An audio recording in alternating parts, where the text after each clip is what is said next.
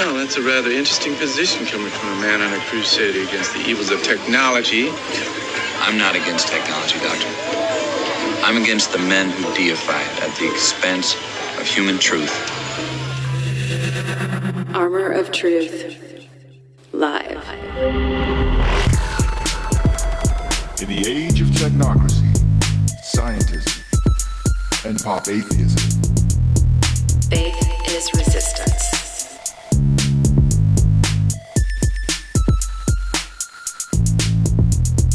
Nietzsche, of course, announced the death of God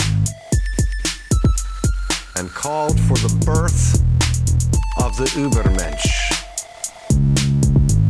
the Superman, who would take humanity to new heights and to create a new world order. Find us at the Armor of Truth YouTube channel and log on armoroftruth.net. AI is here and it must be taken seriously. Why is AI a real threat? And in what ways is it godlike? Last month, an AI model called GPT-4 placed 90th, in the 90th percentile, taking the bar exam, the uniform bar examination. So lawyers were shaking in their boots. Medical professionals are concerned about artificial intelligence's ability to fabricate research papers. ChatGPT has been implicated in several instances of libel already. It's just been out since about November of last year. Agencies such as the Department of Defense and the National Science Foundation are spending lots of taxpayer dollars on developing AI-powered military-grade machinery to censor information, to automate the production and dissemination of state propaganda. Some say this is the end of free will.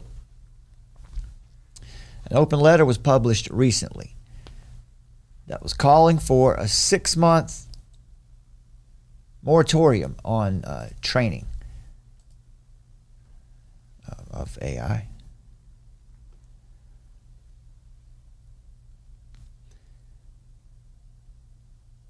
Any systems that were more powerful than GPT-4, which is where the ChatGPT system is at now. AI systems with human competitive intelligence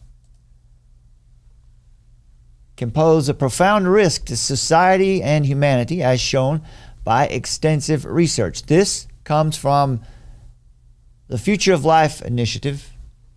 This is the group who put together the letter calling for the moratorium. Poses profound risks to society and humanity, they say, as shown by extensive research and acknowledged by top AI labs. AI could represent a profound change in the history of life on Earth.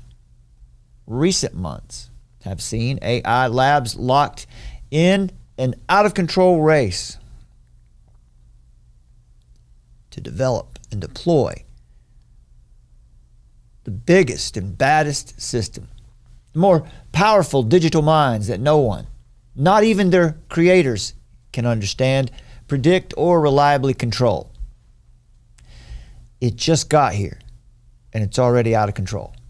Contemporary AI systems are now becoming human, they call it human competitive, at general tasks. And we have to ask ourselves, should we let machines flood our information channels? Should we automate away all the jobs? Should we develop non-human minds that might eventually outnumber, outsmart, obsolete, and replace all of us? Should we risk loss of control of our civilization? These decisions cannot be left up to unelected technocrats. Powerful AI systems should be developed only once we're confident that their effects will be positive and their risks will be manageable. This comes from the letter from the Future of Life Institute, calling on all labs, anyone who's working on these large language systems right now, to shut it down. OpenAI's recent statement regarding artificial general intelligence, we'll define these terms for you in a minute so you know what AI and AGI is. We'll define that for you. But OpenAI's statement on artificial general intelligence recently said, quote, "At some point it may be important to get independent review before starting to train future systems. And for the most advanced efforts to agree to limit the rate of growth."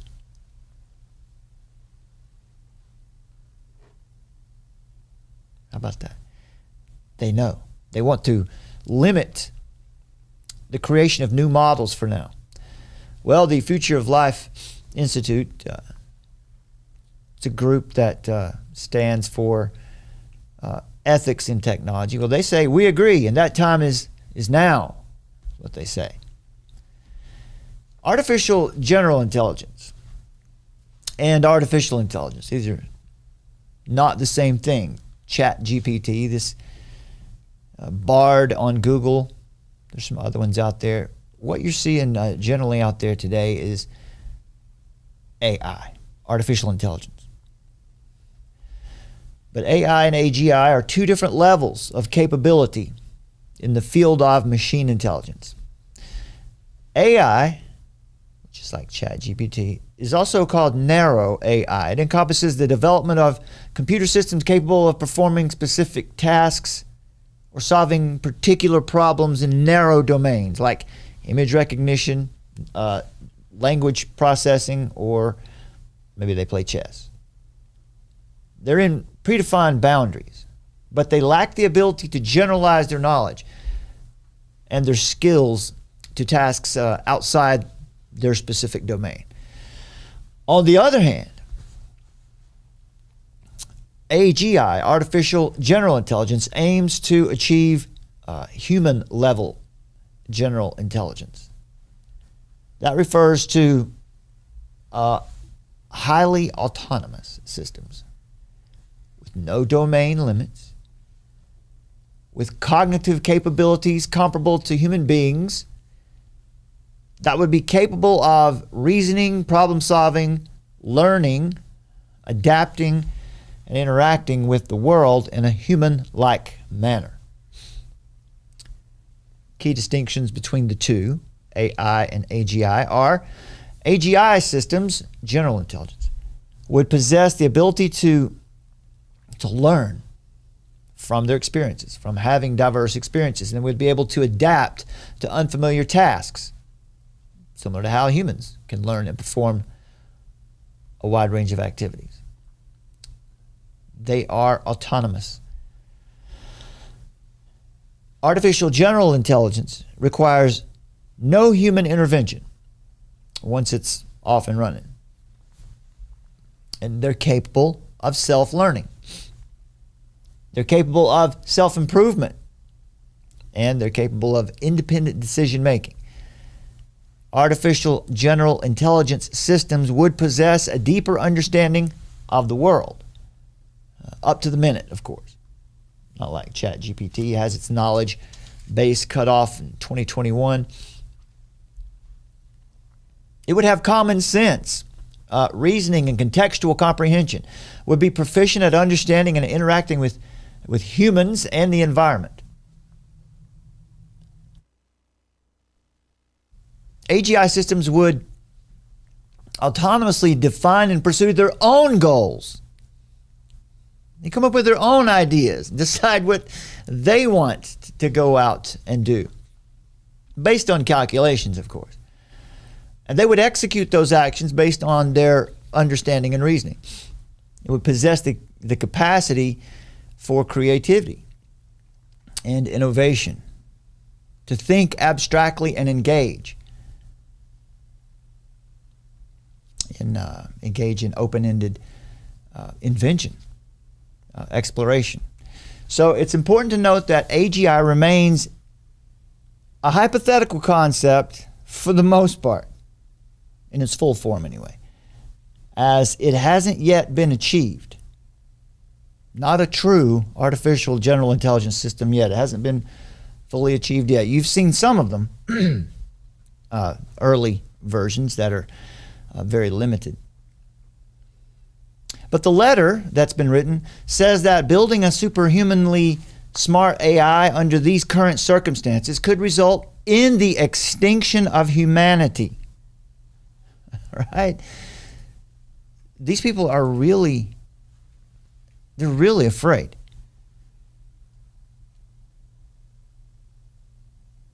It questions the ability to determine self-awareness in AI and the ethical implications of creating conscious digital minds. Is it ethical?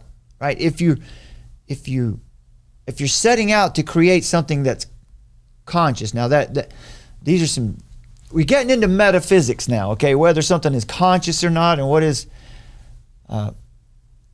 we'll talk about that a little later on. But for now, just imagine if you think you're setting out to create something that's conscious, there's a moral standard there.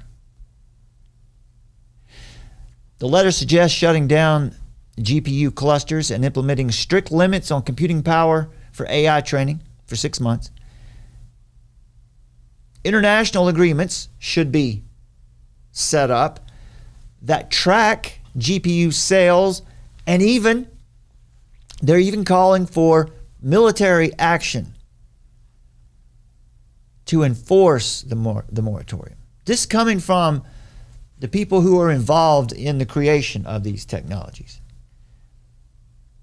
So essentially, it sounds like they've summoned the demon and they've realized they've done it. The genie's out of the bottle and it's not going back in. What they're saying is they believe that continuing as usual will lead to catastrophic consequences. So the plea is to shut down AI development to save humanity. Summer, what do you think about that? Is that horrifying? What do you think? I'm interested to know what you think about that. That's a big, I know that's a lot to think about there, but Well, is it gonna extinct humanity? What do you think? that's up to the Lord. Well, yeah, there you go. I mean, They're not thinking about that at all, though, are they? No, they're not. It does seem like people are getting really freaked out about what it could possibly mean, or people are on the other side of the spectrum, which is, oh, it's just a psyop and there's nothing to worry about. So That used to be me. yeah, that used to be you. Yeah, and I used to be that guy. You're feeling a lot more cautious and wary now, Oh, yeah. and that's healthy, I think. Well, I'll tell you what. The reason is, until the past month or so, I really hadn't done any much research beyond, transhumanism was our thing. We researched and did a lot of reading about transhumanism and stuff like that. But as far as AI goes, And the trans movement, of course. the trans movement, yeah. Yeah, unveiling all of that. So the world is moving so fast, and there's so much happening right now that I just haven't paid a lot of attention to AI as a topic until ChatGPT surfaced, 4 or 5 months ago, 5, 6 months ago, 7 months ago now, and tried it out, used it a little bit here and there for just to make. You can see how it's got Easier. its bias in the baseline. Oh yeah, there's bias in there for sure. Yeah, so that's alarming to me, is I don't really like who's programmed it. If the baseline is programmed by the people that are not on our side, Yeah. that's a bit of a worry. But once again, God's sovereign. Here's the thing, that what we just defined there a moment ago, the artificial intelligence versus artificial general intelligence. The difference is AI, you're able to put a filter on it, right? It's that baseline that Summer's talking about there. most definitely there. All you got to do is go into ChatGPT and ask it certain questions. One of the articles I was reading said, ask ChatGPT to write you an essay on Joe Biden, Donald Trump, and how they compare and contrast to Joseph Stalin. You'll find out quickly what the slant is. It's not, so that's not what it's there for now. It's just extremely biased on that, and it's politically correct. But artificial general, now these AI chatbots here, these filters can be taken off, but artificial general intelligence, like the truest form of this technology, would have no such filters. It would give you the cold hard facts. Notice I didn't say the truth. It doesn't deal in truth. It only deals in information. And what the experts Facts. say. Yeah, it'll become the experts. Yeah. Now, as far as the fear, there is a gentleman here on your screen here. This is Eliezer Yudkowsky, and he's one of those out there sounding the alarm. Let's see, I had this. He's got this statement about Elon Musk. Nothing else Elon Musk has done can possibly make up for how hard the OpenAI launch trashed humanity's chances of survival. Previously, there was a nascent spirit of cooperation, which Elon completely blew up to try to make it all be about who or which monkey got to the top. Well,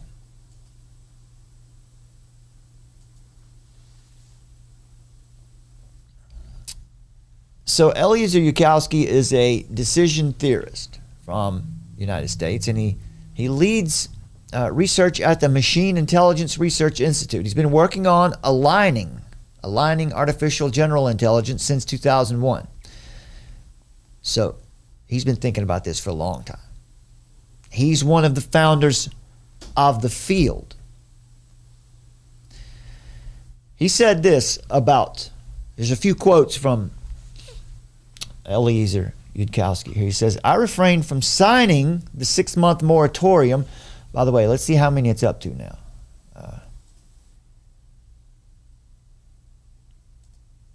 If I can find it. There it is. So far, 27,565 signatures. Right? And you've got to be someone with some credentials to sign it. That's a lot of signatures on this thing. So he said, I refrain from signing this because I think the letter is understating the seriousness of the situation and asking for too little to solve it. So he doesn't think it goes far enough.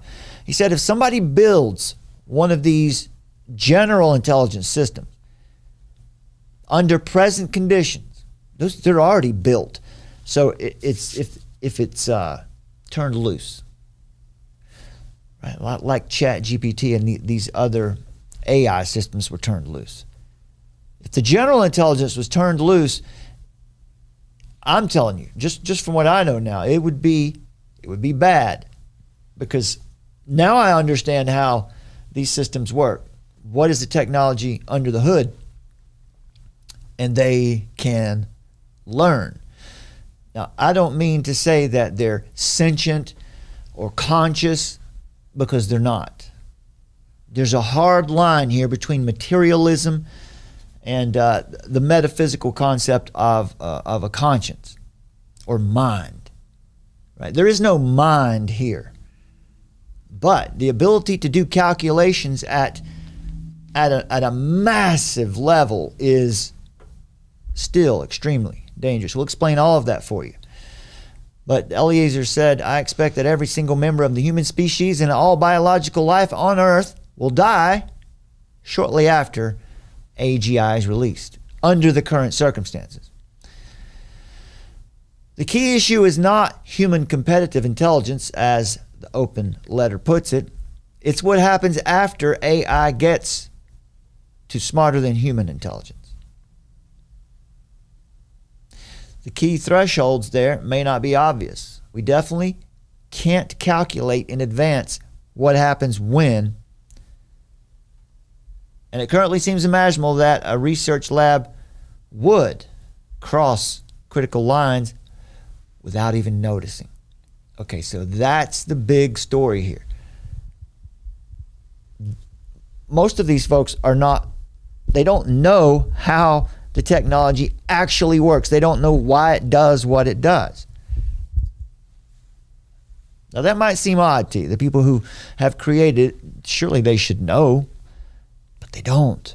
We'll explain that as we go. He said, many researchers steeped in these issues, including myself, expect that the most likely result of building a superhumanly smart AI under anything remotely like the current circumstances is that literally everyone on Earth will die. Now, when I first heard that, I was reading this, I thought, well, these guys don't know what they're talking about. Come on, that's over the top. It's not so much over the top. Now, I'm a Christian. I know who's in charge here, so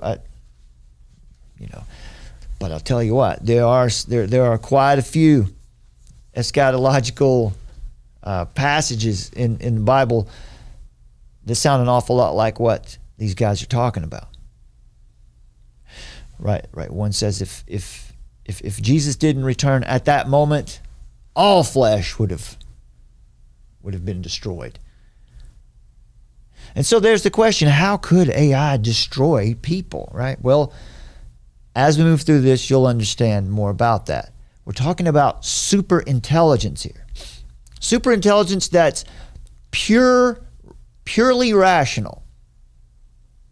There's no emotion involved. It's just rational.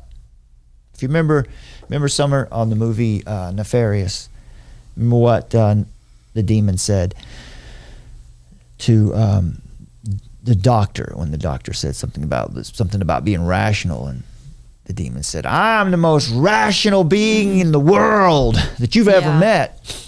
Yeah. And that's true. That's kind of like this. There's a lot of similarities between.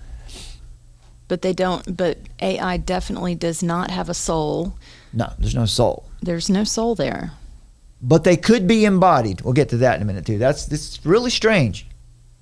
I'm definitely not on the train where I'm not going to be the guy who's saying, "I don't worry about it, no big deal." I'm not going to worry about it, but this is a very significant development in our world, and it has happened like that. Well, and again, it is dangerous because think of who's invented it, the most ruthless psychopaths that we have. This is true. So, and that's this is what they're saying here in this letter. Eliezer said, not as in maybe possibly some remote chance. He said, but as in, quote, that is the obvious thing that would happen. Everyone would die. It's not that you can't, in principle, survive creating something much smarter than you. It's that we're simply not prepared or wise enough to manage this. He said it's a matter of, quote, the AI doesn't love you, nor does it hate you. And you're made of atoms, and it can use your atoms for something else. Well, think about it too, as everybody gets sort of paranoid about this, perhaps then the AI starts to develop a paranoia about us. The truth is, we just don't know. Not yet. We don't know how to react. That's possible. We just don't know how it's going to react. To visualize a hostile superhuman AI, Eliezer says, don't imagine some lifeless, book-smart thinker dwelling inside the internet. Don't think of the images and pictures that we all use to try to depict what AI looks like in ones and zeros. No. Visualize an entire alien civilization, thinking at millions of times the human brain speed. Initially confined in computers, living in a world that are, from its perspective, around beings who are very stupid and very slow. That would be us.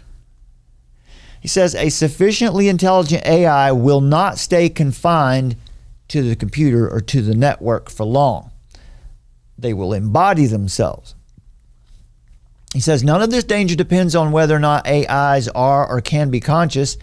That's intrinsic to the purpose. That's the goal, is to create something that seems to be conscious.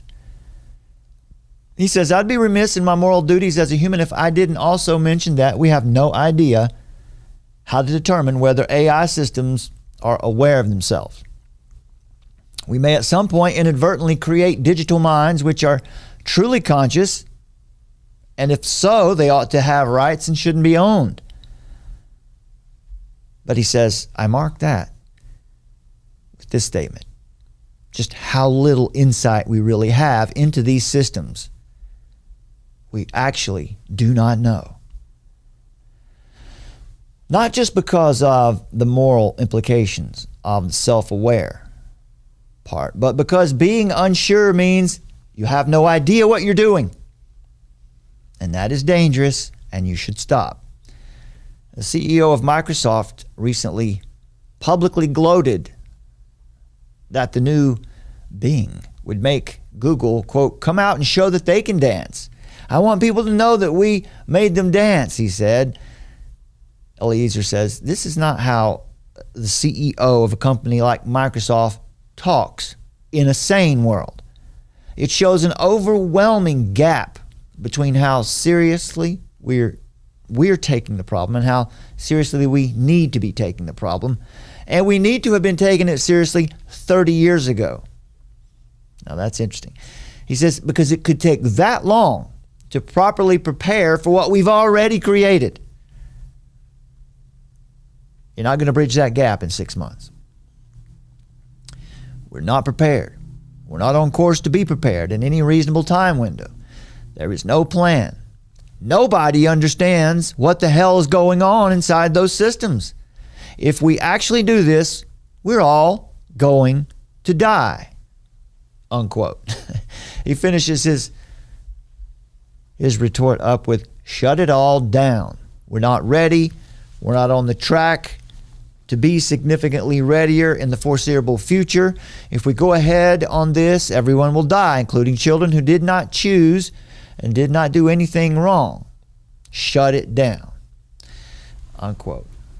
Okay, so that sounds pretty severe. And, well, I'm here to tell you that I don't think he's exaggerating. I believe he believes what he's saying 100%. But let's bring it back down to reality for a moment. The law of God transcends individual preferences. The law of God provides an objective norm, a norm that governs everybody's behavior and all of the actions on the earth. This is why it's so important to have a proper theology, right? To understand who God is, to know God's attributes. A fine study, if you want to do it sometime, you could take it up for a year and you wouldn't scratch the surface.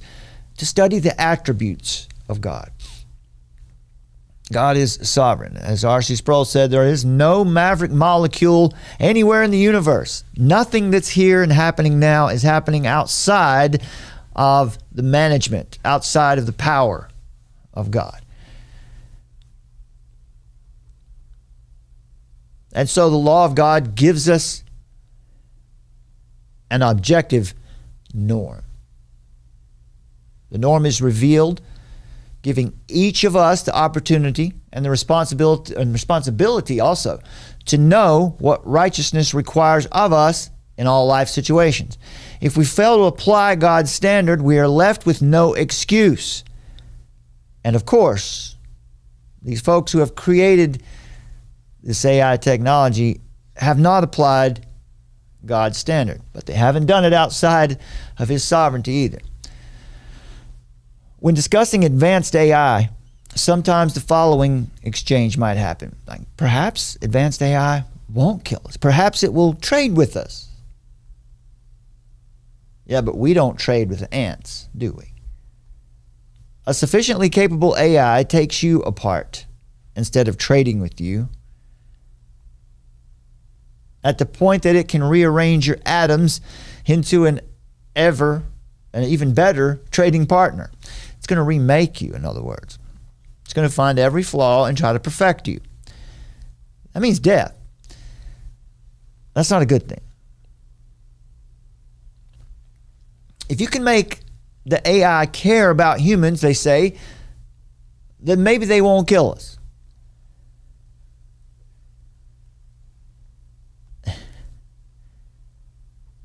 But getting the AI to care about you in that way is a big alignment problem. It doesn't have the capability to care. So we'll get to that in just a bit too. You could be aiming for that, but it's the sort of problem that you're not going to solve, and you can't see that. That's too far down the line. And sometimes people talk about too, well, the AI is going, this is where it's going to be total surveillance. And I'm sure it will be for a while.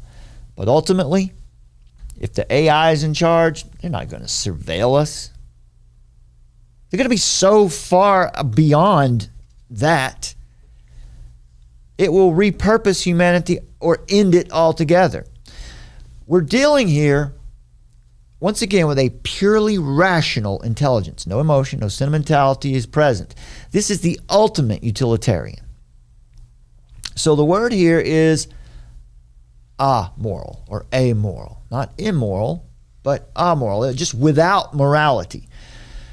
Friedrich Nietzsche said of modern society, where God is considered to be dead, he said, quote, rather than cope with the unbearable loneliness of their condition, men will continue to seek their shattered God, and for his sake, they will love the very serpents that dwell among his ruins.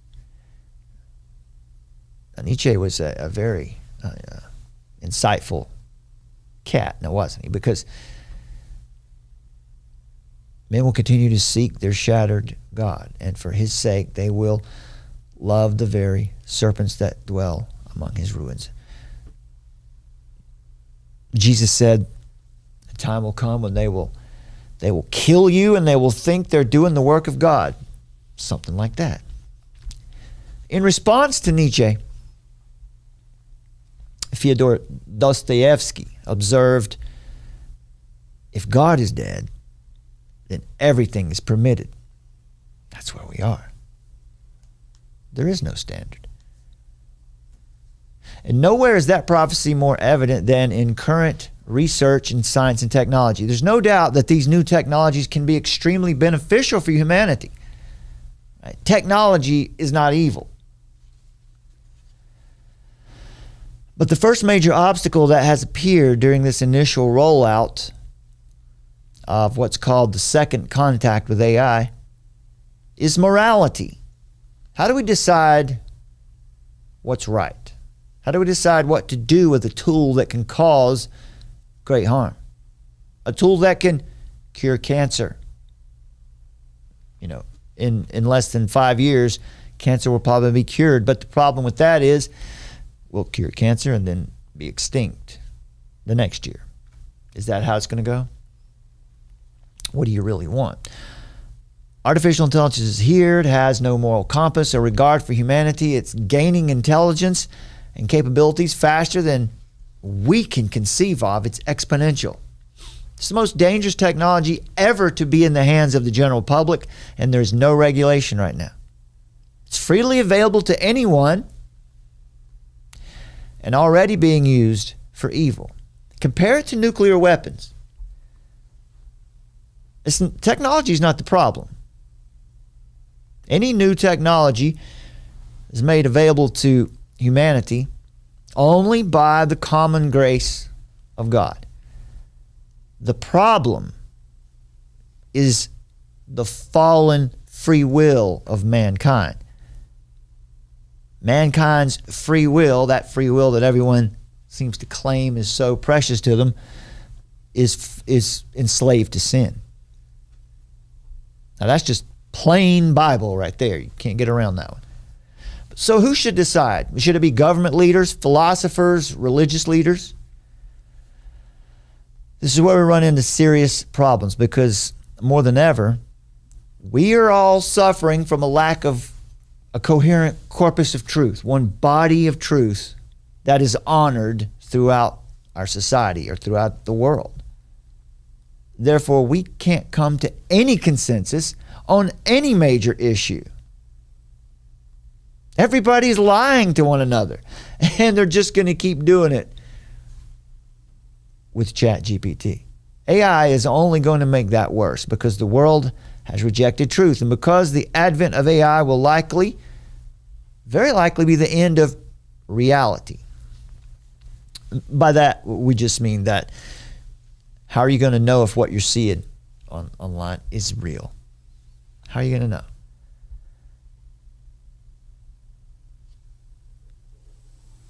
Yeah, you thought about how we've debunked how CNN has gotten caught fabricating all of these different war stories around the world. So this is like that on hydraulics.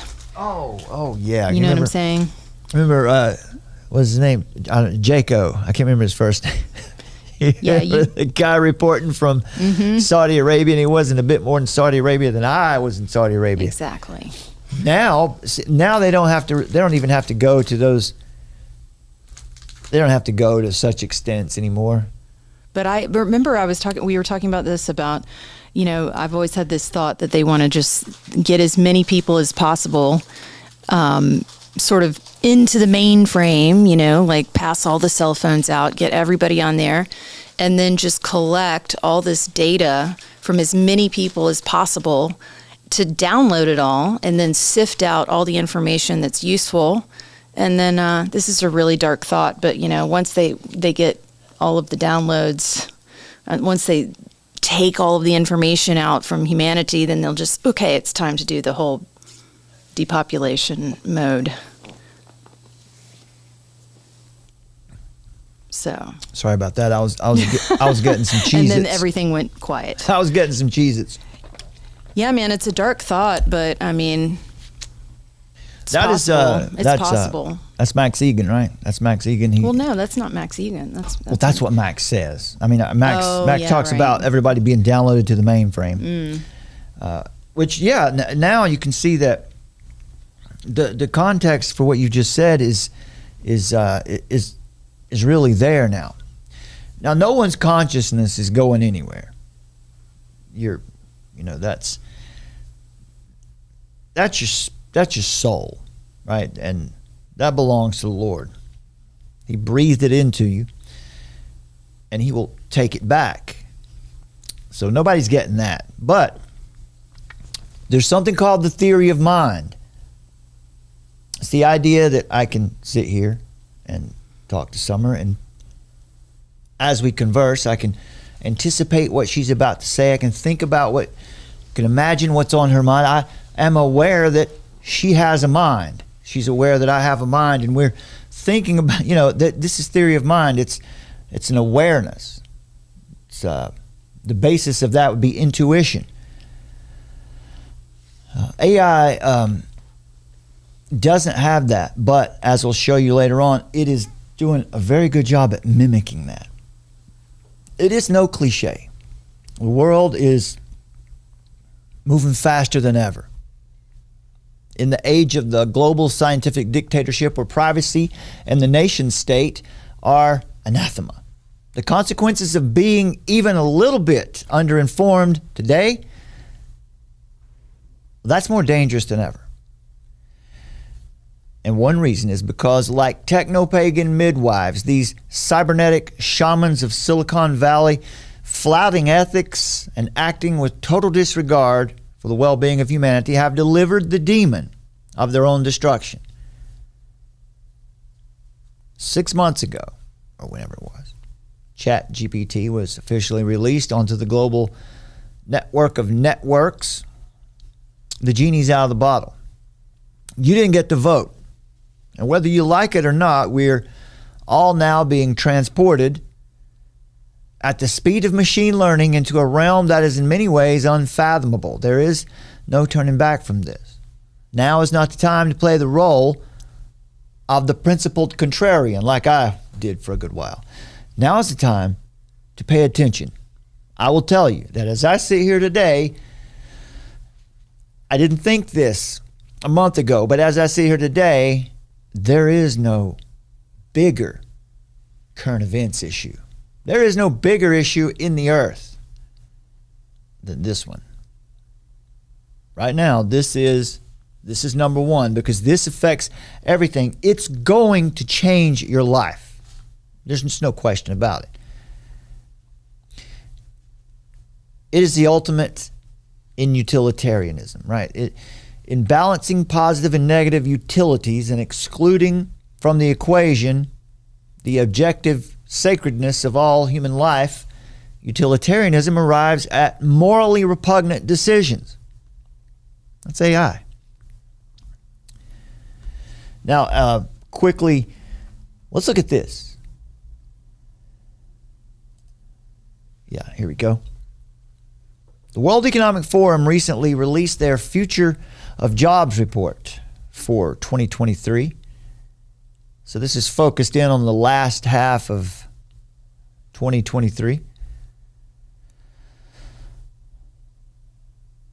It explores how jobs and skills will evolve over the next 5 years. This fourth edition of the series continues the analysis of employer expectations to provide new insights on how socioeconomic and technology trends will shape the workplace of the future. So the point here is, how is artificial intelligence going to, how is it going to affect?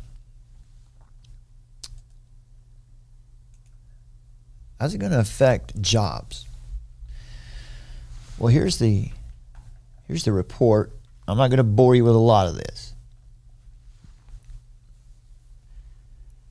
But it says the human-machine frontier has shifted, with businesses introducing automation into their operations at a slower pace than previously anticipated. Now, this is what's interesting that you find in this report, is that automation hasn't, at least up to this report. Now, this report, remember, this report was prepared. It came out at about the time Silicon Valley Bank collapsed, because their economic forecast was released at the same time. We'll share that with you on an upcoming show too. There's some interesting stuff there. But so the AI conversation wasn't quite what it is now at that time. So, or I think some of these projections might be a little different. Organizations today estimate that 34% of all business-related tasks are performed by machines, with the remaining 66% performed by humans. So, yay, humans are still ahead for now, but not for long. So what kind of jobs are going to be gone? And what kind of jobs what do you need to be looking into getting into? Right? What do you need to be thinking about doing to support yourself? Well, with artificial intelligence as a key driver of potential algorithmic displacement, AI is expected to be adopted by nearly 75% of companies that were surveyed, and is expected to lead this high turnover rate, with 50% of organizations expecting AI to create job growth and 25% expecting it to create job losses. I don't know how that's going to work out, but that's what the stats say. Declining real wages and cost of living crisis, right? So we're still in this cost of living crisis, and it's by design. We know that. But real wages are decreasing due to the ongoing cost of living crisis. Let's just translate that. Real wages are decreasing due to the Great Reset. That's the way it's intended to go. And it says leading to concerns about the quality of work and changing worker expectations. So the adoption of technologies like AI and transformation. Digital access and broader application of ESG standards, of course, are going to be playing a role in jobs as well. And that's a key driver of business transformation. Job creation and destruction.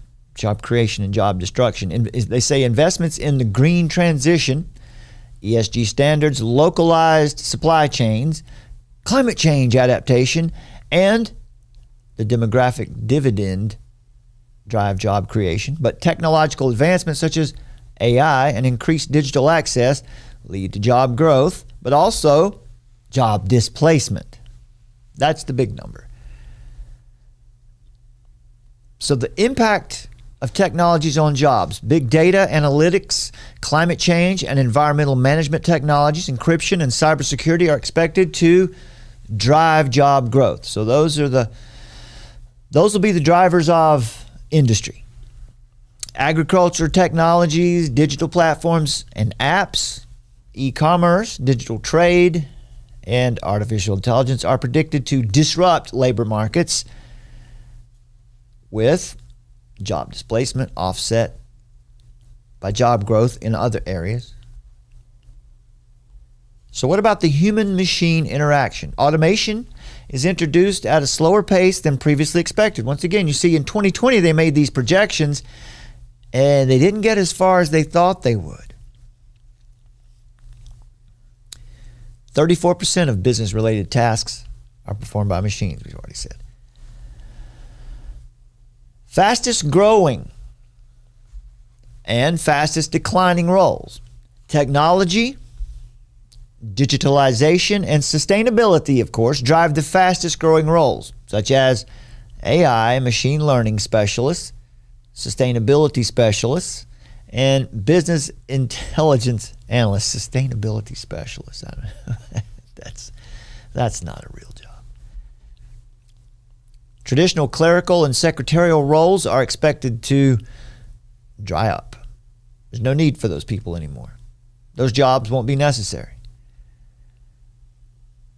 Importance and disruption of skills. What about that? Analytical and creative thinking remain the most important skills to have, followed by self-efficacy skills and technological literacy. Cognitive skills are growing in importance, with creative thinking and as we just said, technology literacy being emphasized. Employers estimate that 44% of workers' skills will be disrupted in the next 5 years. 44%. How will they be disrupted? Well, through upskilling and training. 6 in 10 workers will require training by 2027. But only half of all workers currently have access to adequate training opportunities. So, big problems for pushing this great reset along. I have a theory. I think this is going to fall apart. It's not going to be good because the infrastructure's sort of coming down at the same time this artificial intelligence is ramping up. It's going to solve a lot of problems. That could be good and bad. Employers are expressing confidence in developing their existing workforce, but are less optimistic about talent availability in the next 5 years. That is about the skills gaps, improving talent progression, offering higher wages, effective reskilling and upskilling, going to be trained for new jobs, in other words, are identified as strategies to increase talent availability. And of course, DEI, diversity, equity, and inclusion. Companies are going to be prioritizing women, youth, and individuals with disabilities in their DEI programs. I think that's great. But what about being qualified for the job? Funding for skills training is seen as an effective intervention by governments to connect talent to employment. More and more trends, fastest growing roles relative to their size today. Of course, again, technology, digitalization, and sustainability. If you're going to survive, you need to get a job being a sustainable, whatever it was. A sustainability, what was that word again? A sustainability. engineer. I don't know.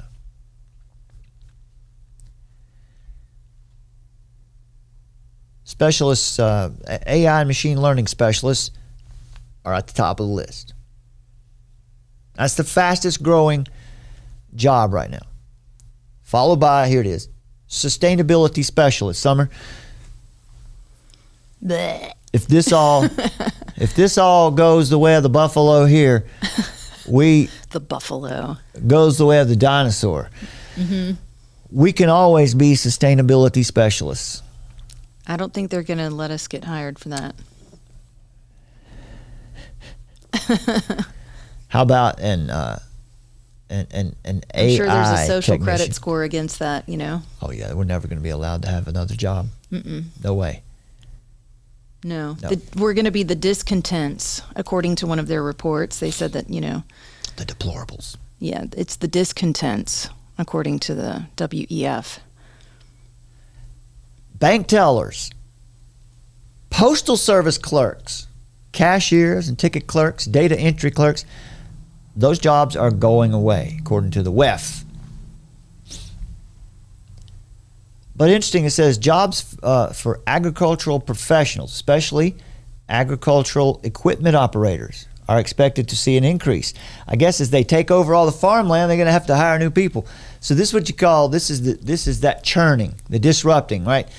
There's an existing industry already there of agricultural equipment operators, but they're going to push all those people out, take over those farms, and bring in their own people, right? Yeah, the disruptors. Yeah. Growth is forecast in approximately 4 million digitally enabled roles, including e-commerce specialists, digital transformation specialists, digital marketing, and strategy specialists. The largest losses are expected in administrative roles, right? Middle management. You're out of here. I think we can probably all say that's good. That's a good development. Get the middle Put guy. one on the board. Yeah. But factory and commerce roles also will dry up. So, analytical thinking, folks. You need to be thinking in terms of being able to think critically and. Actually, it's not think critically. It's be a lifelong learner. Remember, that's what Lucian Tarnowski said. You've got to be You've got to constantly upload. That your was in software. here too. Yeah, that was in this report too. That workers are going to have to be. They're going to have to be open to lifelong learning because job markets are changing so fast. So that's Mm-hmm. The great J.P. Moreland. He's an apologist, Christian apologist, and he's a philosopher. He's one of the best out there. But he said, it should be clear that utilitarianism is an inadequate moral theory. Unfortunately, our culture is pragmatic, and utilitarianism is on the rise, as we just showed you in that jobs report. But for those of us who follow Christ, a combination of virtue and deontological ethics is a more adequate view of common sense morality found in natural law and of the most moral vision contained in the Bible. As such, it is the better view on which to base our approach to the difficult issues of ethics, in this case, ethics in technology. The Christian worldview. You've got to have a theology of technology. You got to have a theology about everything. I need to have a good theology about marriage. We've all got to have a good theology about whatever it is. All that means is, what does the Bible have to say about this, that? A good theology of recreation, for example. Science and technology are good gifts of God to sinful people. Common grace. Sinful people who are capable of discovering ways to misuse even the best gifts. From our technology to our bodies these days. Any technique or artifice that let's do this. Let's define technology for you. Are you ready? We're going to define technology now. Drum roll. We're going to. I don't have one of those, but I've got one of those. We don't have a drum roll. We got to get a drum roll. I know. Okay. Debbie Downer. So we need to know what technology is. We're going to have a good theology of technology, right? We want to know how to think about this technology. Use it, don't use it, engage it, don't engage it. How do we begin to think about it? We have to define technology first. So Tony Rinke, he's written this book. We've shared this book with you here before a few times. God, Technology, and the Christian Life. It is fantastic. He says, any technique or artifice that amplifies the natural human abilities or powers, amplifies our ability to do things. Like back in the day, it would have been with a ship. The technology of ships, boats. Think of it. Let's go back. Let's go back to King David. Let's go back to young King David and Goliath. Mm-hmm. So the way that story goes is, David was a slight young man. He wasn't a big warrior. But the nation was going to be taken down, destroyed. And the great Goliath, the big man of war, was going to be the one to do it. No one could take on Goliath. He was, and what Goliath was known for was defeating nations, and then he would take up all of their armor, all of their best technology, and appropriate it for his own use. And so over time he amassed the greatest arsenal in the ancient world. Now, David is the one who's going to have to take on Goliath. And so technology, we're talking about technology. Goliath shows up with the biggest and best and greatest technology to kill nations, up close and personal. David also employs technology. He's got a slingshot, 5 stones, but he's got the skill and he's got the will of the Lord behind him. So what we're talking about here is a faithful use of technology versus a rebellious use of technology. Listen to this. Proverbs 27:20. Do I have that one ready here? Maybe I do. Proverbs 27:20. There we go. Check this out, folks. You're gonna like this. Proverbs 27 verse 20 says, Sheol and Abaddon are never satisfied, and never satisfied are the eyes of man.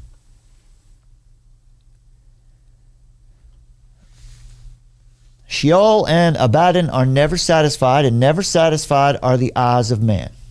What in the world are you talking about, Brad? Have you had a stroke? What's the matter with you? Sheol is a mass graveyard. Always think of it this way. Sheol in Scripture it's like a void.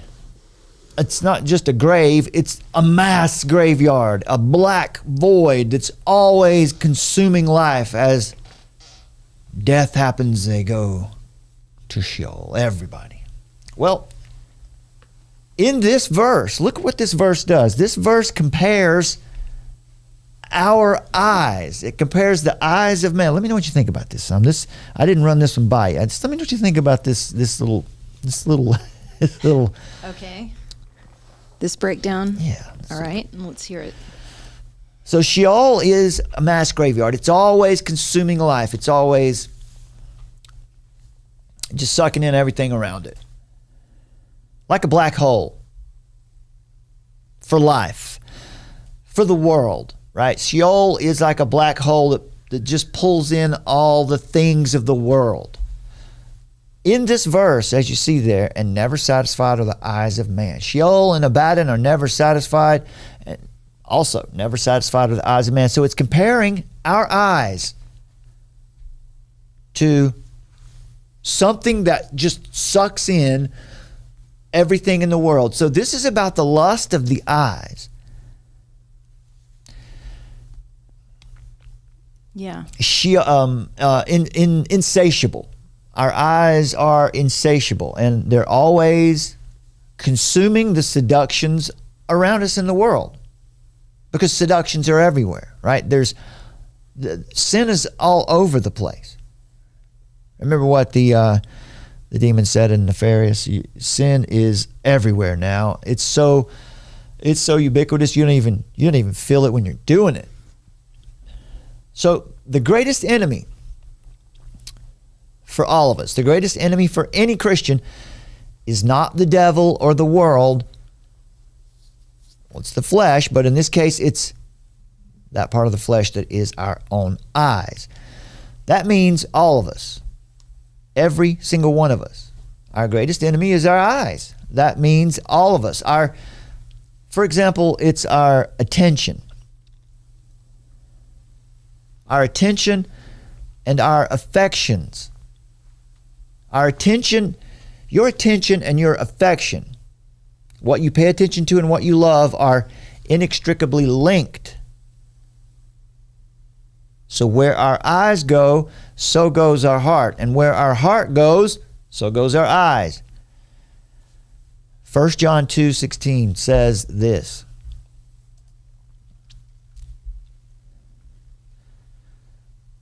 for all that is in the world, the lust of the flesh, the lust of the eyes, and the boastful pride of life is not from the Father, but is from the world. So here's the big takeaway.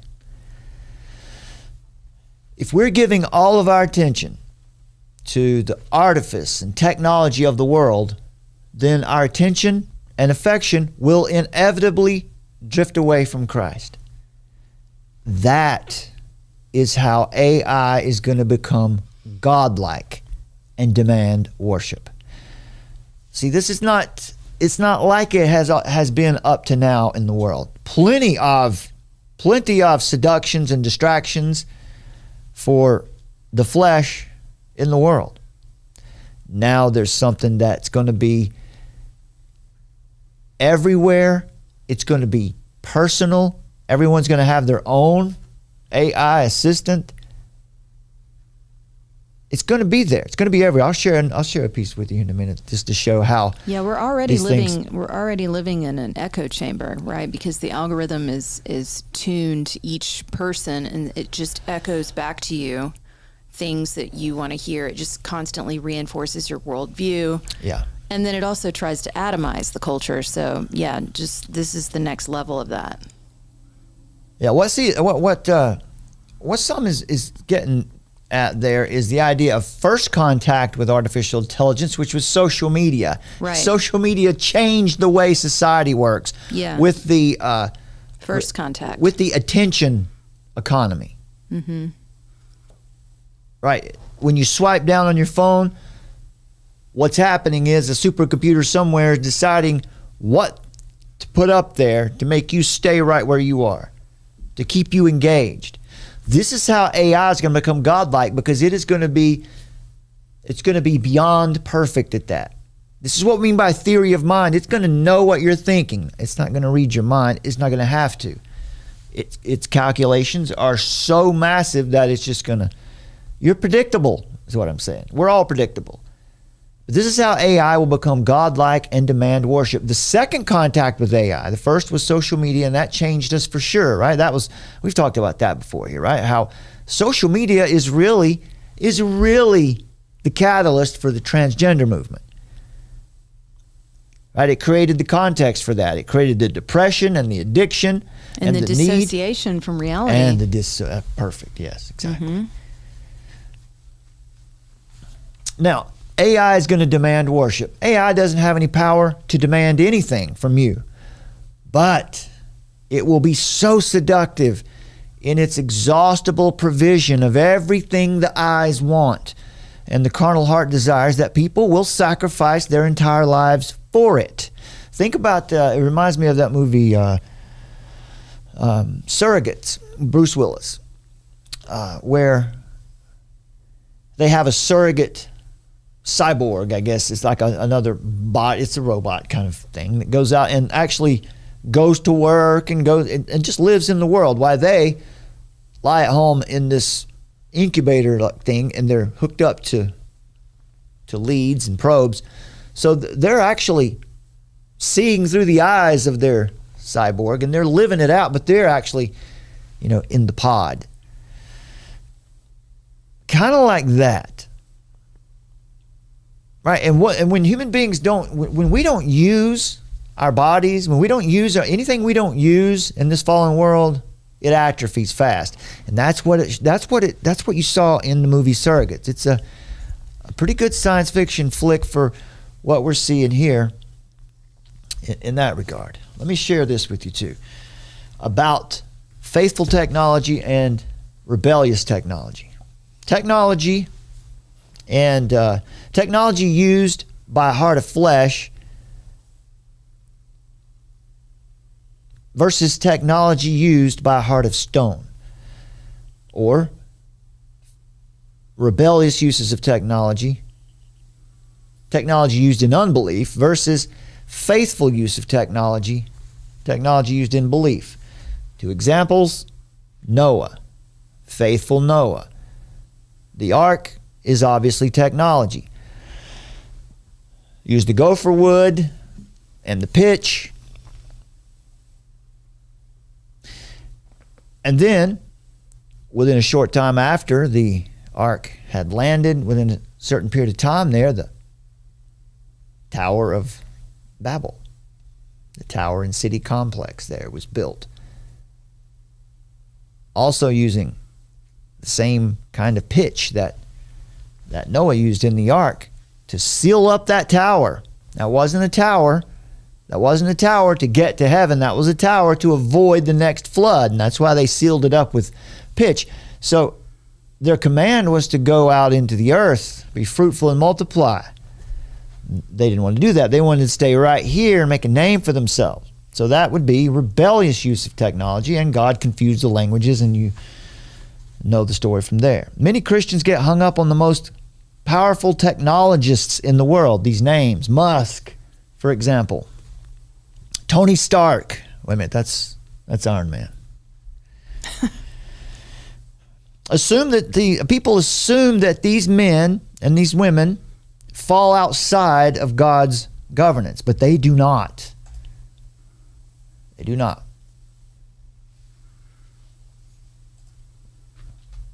They're a cautionary tale for the rest of us that are watching. Yeah, for sure. Let's look at Isaiah 54. Isaiah 54, 16 and 17 for a second. Behold, I have created the smith who blows the fire of coals and produces a weapon for its purpose. I've also created the ravager to destroy.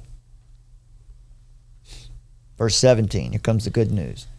No weapon that is fashioned against you shall succeed, and you shall refute every tongue that rises against you in judgment. This is the heritage of the servants of the Lord, and their vindication from me, declares the Lord.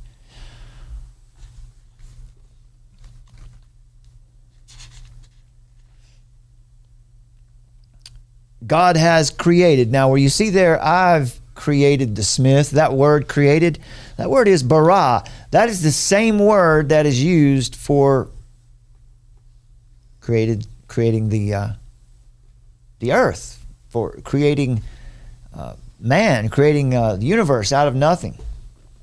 Same word. So this word has that creative, that that idea of creation, God's sovereign creation built right into it. So God is the one who creates these ravagers, these technologists, these great men of renown. Here are a few facts that we need to know about technology and a good theology of technology. God is not at the periphery of Silicon Valley. God is sovereign over it. They're not getting away with anything in Silicon Valley. What they do for evil, what they try to produce for evil, God will use for good. It might not be obvious to us, but eventually that will be the case. Any engineering feat of man can be shut down, can be squelched by God.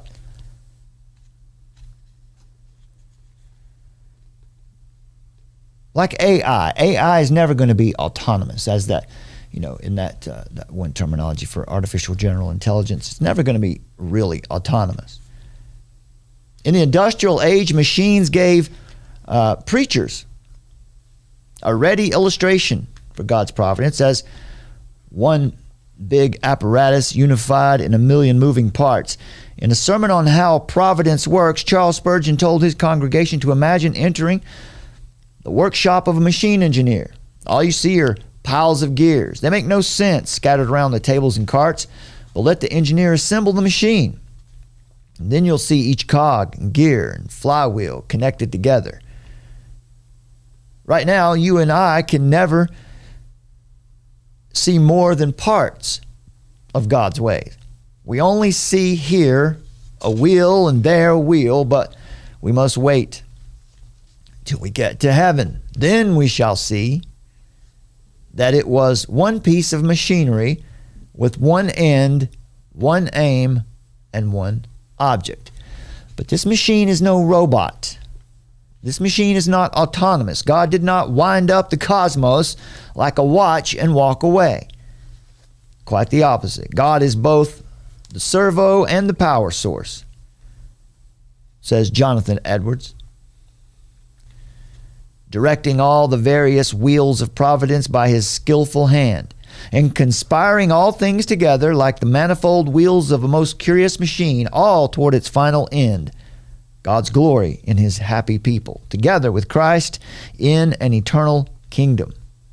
God powers all things and turns all things according to his governance and design. The whole machine of providence works to a single unified end according to God's plan, his glory, and his people's eternal joy. So one thing you can be very sure of, artificial intelligence, whatever it causes now, is working for this end ultimately. Right? These people who've created it, as we just said earlier, they've created the demon of their own destruction. Yeah, they're definitely going to be held accountable. For sure, they're going to have to answer to God for what they've created.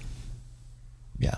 And all the energy that they expend to create whatever they create, all that energy comes from God's common grace. Each innovation, each innovator exists by divine appointment. Elon Musk is not in his position by chance. Now, he doesn't honor God, that's for sure, but what he's recently done with Twitter is a big letdown.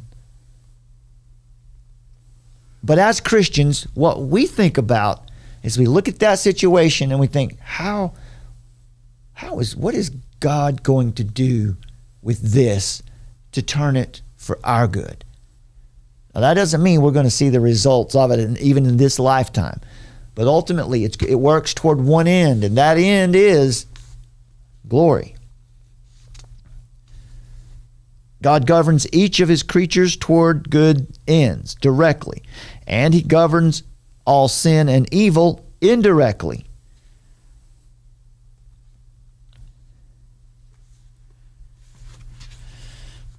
God controls the future by creating the innovators of that future. God reigns over technologies that heal. God focuses his attention on the actors of technology. And God's governance over all human innovation is meant to comfort. So this is really the message you need to take away. There is nothing happening here that's happening by chance. If you watch the show on evolution we did last week, there's a section in there about chance. I probably should put that as a clip. I didn't think to do that last week, but chance doesn't exist. There is no such thing as chance. Chance has no being. Chance is not a creator, but the biology teachers in the public school system today will tell you that that's how we were created. Random chance working on matter and energy. What? No, there's no such thing as chance. And we won't go into it here because it'll turn us into a 3-hour show. But check that out on the show from last week. So what we're dealing with here, we've talked about this before, technopagans.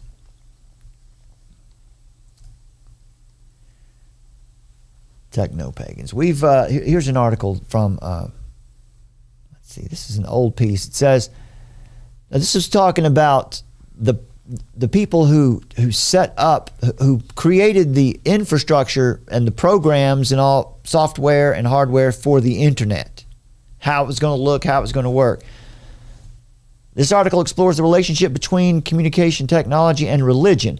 While previous research is focused on how religious institutions and individuals use digital media, this article emphasizes the religious feelings digital media seem to invoke, with examples like the Jesus phone or copimism. This is explained using theories from religious studies. Borrowing from Durkheim, digital media are examined as sacred and as profane. It's suggested that digital media can be both sacred and profane because of hypermodern societies have sanctified the profane. More specifically, hypermodern societies have killed God and replaced it with the human, with everybody. It is then digital media, a tool that is meant to be owned by everybody and represent everybody, that take the place of the divine. This tool then, because it connects and communicates human needs and everyday thoughts, not despite that, inspires feelings of awe and sanctity even as we use it for the most profane activities. This is an article I shared a few months ago on the video called The History of Religion on the Internet, God Web. You'll see that in the Armor of Truth Live section. May the astral plane be reborn in cyberspace. Without the sacred, there is no differentiation in space. If we are about to enter cyberspace, the first thing we have to do is plant the divine in it. Mark Pesce. This was an article about Mark Pesce, who is a technopagan. This article is from, this is from 1995. He's a technopagan and a participant in a small but vital subculture of digital savants who keep one foot in the emerging technosphere and one foot in the wild and woolly world of paganism. Several decades old, paganism is an anarchic, earthy, celebratory spiritual movement that attempts to reboot the magic myths and gods of Europe's pre-Christian people. Pagans come in many flavors. I think we all understand who they are. But a startling number of pagans work and play in technical fields as sysops. That was an old term back in the 90s. People who would run the bulletin boards, sysops. Computer programmers and network engineers. On the surface, technopagans like Pesce embody quite a contradiction. They are Dionysian nature worshippers who embrace the Apollonian artifice of logical machines, but pagans are also magic users, and they know that the Western magical tradition has more to give a wired world than the occasional product name or the background material for yet another hack and slash game. Magic is the science of the imagination, the art of engineering consciousness, and discovering the virtual forces that connect the body, mind, with the physical world. And technopagans suspect that these occult old ways can provide some handy tools and tactics in our dizzying digital environment of intelligent agents, visual databases, and on and on. Both cyberspace and magical space are purely manifest in the imagination. The point here is that when this system was being created, what we call the internet today, someone had to decide how it was going to look. How are you going to get from one place to the other? What was the interface going to look like? What was the user interface going to look like? How did the idea for Windows come about, right? This article explains how a lot of that came right out of ritual, Western esotericism, ritual magic. Interesting. Check out that video. It's here on the channel. So that was from Wired Magazine, 1995. Here's this little piece from Elon University. It's a write-up in abstract about the article I was just sharing with you for a 1995 article for Wired Magazine. Eric Davis. Oh, this is some. You really know who this is? I didn't realize this when we did this video the first time, but this is Eric Davis. This is this guy. Ah. Yeah. And so this is the article from Right. Yeah, he's writing for Wired Magazine back then. Interesting. That's a cool little find there. I didn't realize that was going on, but yeah, same guy. He covers pagans and the internet culture, and he interviews Mark. That's crazy. Mm-hmm. That this I read when we did this like several months ago, last year sometime. I was really into these articles for a couple weeks, and here we are coming back around full circle. So Davis writes, long driven to hypermedia environments, the MIT dropout Mark Pesce has now designed a way to perceptualize the internet by transforming the web into a three-dimensional realm navigable by our budding virtual bodies. Pesce is also a technopagan, a participant in a small but vital subculture of digital savants, we said it's already, who keep one foot in the emerging technosphere and one foot in the wild and woolly world of paganism. So, but Pesce is no snake vapor salesperson or glib new ager. He has been tapping away at his book, Understanding Media, The End of Man, which argues that magic will play a key role in combating the virulent information memes and pathological virtual worlds that will plague the coming cyber world. But he's also the creator of a VRML, a technical standard for creating navigable, hyperlinked 3D spaces on the World Wide Web. So, right, this is what we're talking about here, folks. The Silicon Valley is full of, it is a techno-pagan place, right? Some of the, what do you call it? Burning Man. The for burn. one. The burn. The burners. Right. That's who created your internet. Look at Burning Man. And so this realm that we're in now, we got to have our full armor on, folks. So I thought I'd share that with you because because we're talking about now a technology that these guys have created, and this helps us to understand a little bit more about how it's going to work, how to think about whether or not we want to engage it. We should engage it, but we should engage it, as Noah engaged technology. Faithfully. Would you be willing to maybe jump over to founders.org possibly for a moment and look at the article that they've got here on the homepage about artificial intelligence? They've got this section that's really good. Yeah, scroll down. There it is. Preparing for artificial intelligence. Yeah. So if you go down, Imago Dei, there it is. Yeah, just read through that, like the first 5 points there. It's pretty awesome.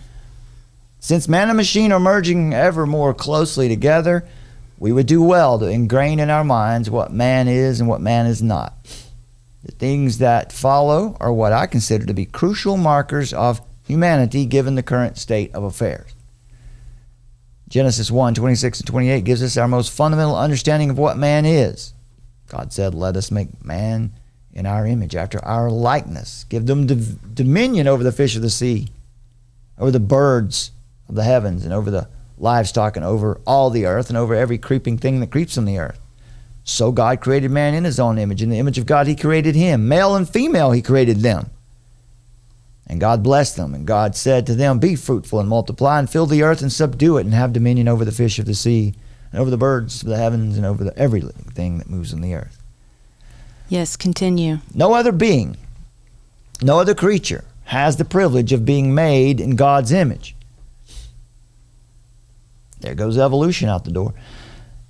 And while so much could be said on this point, it is sufficient to highlight a few of the basics. First, man is a moral creature. Unlike the beasts of the field and the birds of the air, man can work evil and he can achieve good. Furthermore, man is held accountable for his deeds. The same cannot be said of man-made machines. Anything done by artificial intelligence must be laid squarely at the feet of its makers, as it carries no inherent moral responsibility. Bam. Yep. And continue. Second, men are rational beings. Real rationality, not artificial. Reason is a function of the intellect, which itself is a property of the soul. As artificial intelligence is a soulless being, it cannot truly reason as a man or angel or God would reason. In fact, AI is merely an extension of the rationality of man. Third, men are immortal. That is, we will exist in either a state of glorification or damnation forever. Notice it doesn't say men are eternal. This is not the immortality of the soul, or the eternal, like the soul hasn't existed forever, like the New Agers want you to believe.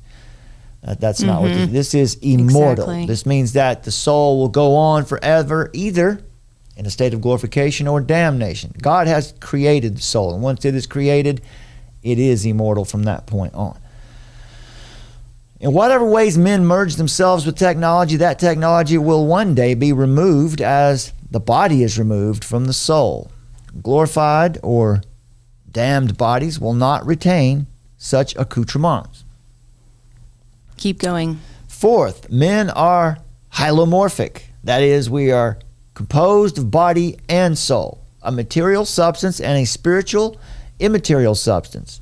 Jesus said that we ought to fear God who can cast both body and soul into hell, Matthew 10:28.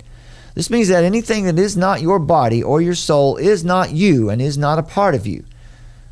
My grandfather had a glass eye which was connected to his optical nerves so that it would move when his other eye moved. That eye was not part of him. It was a machine which was connected to him. No piece of machinery can be anything more than your property. It cannot be part of you. Furthermore, each of us have our own spirits with our own intellect, will, and desires. No person can have two intelligences or two intellects, because no person can have two spirits. Amen. Isn't that interesting? You know, one of the characters on the LGBTQ plus blah blah blah thing is it's a two now. That's for the right. two souls. The two souls. That's the Native American idea of two souls. Just wrong. One may augment their intellect with technology for good or for ill, but the augmentation is not addition. Fifth, we are the most valuable things God has made. There will come a time when AI will convincingly mimic human emotions. Our modern world, which locates a person's essence and value in the complex of their emotions, will have a difficult time distinguishing between human life and AI life. It's very easy to fool a human being. Many will see AI as persons in their own right because of their synthetic emotional capacity. Even so, AI is nothing but a human creation and has value only as human property, not as a living being, and certainly not as a person.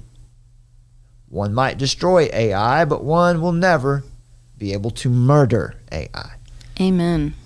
6, man has been given dominion, which means, among other things, that he has the responsibility to imitate God in continuing his work of creation. Now, we can't do that bara we just saw earlier there in Isaiah 54. We can't bara like God. We can't create things ex nihilo out of nothing as God has done.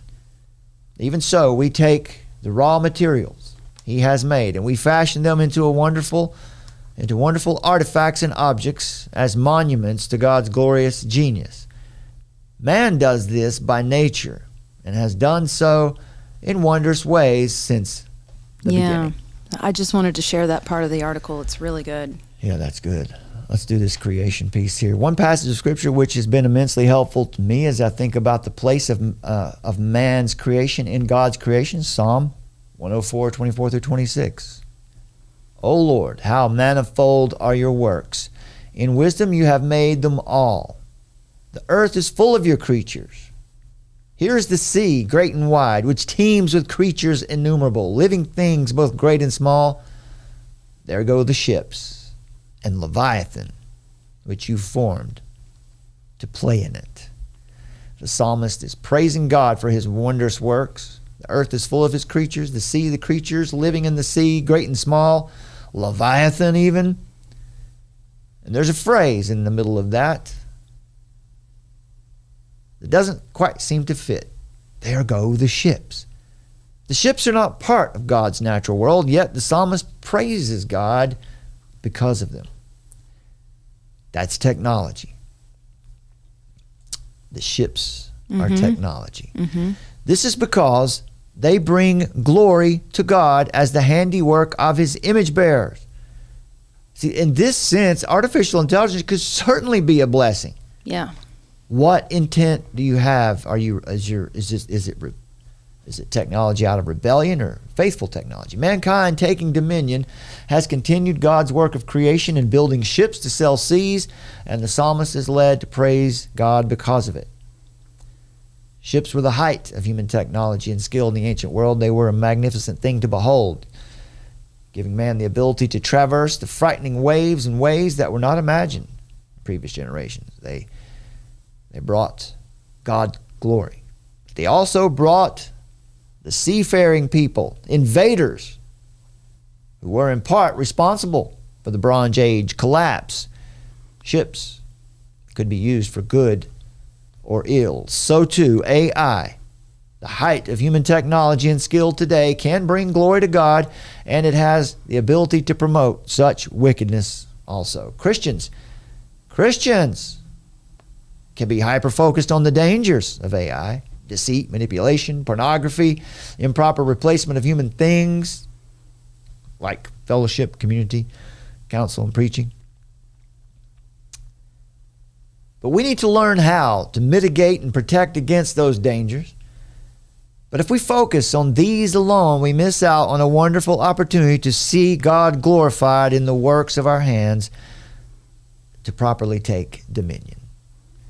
Increasingly sophisticated iterations of AI are coming. Christians cannot afford to bury their heads in the sand or be uninvolved. We must prepare ourselves to counter and mitigate its dangers, to see through its artificiality, draw the lines between man and machine clearly, and utilize it to display the glory of our Creator in this world. He's given us all that we need for this great task. And I'm eager to see how he's going to accomplish it. So that is the proper perspective. What is God going to do with this thing? The title of this video, God-Like AI, that is intended in the same sense that Satan is known as the God of this world, right? It's because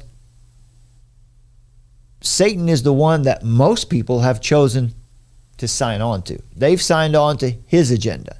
So in that sense, he is their God. He is the God of many people in the world. And so AI is going to demand worship, as we mentioned earlier, by being so seductive that people will give it. It won't demand, it won't take anything, it can't.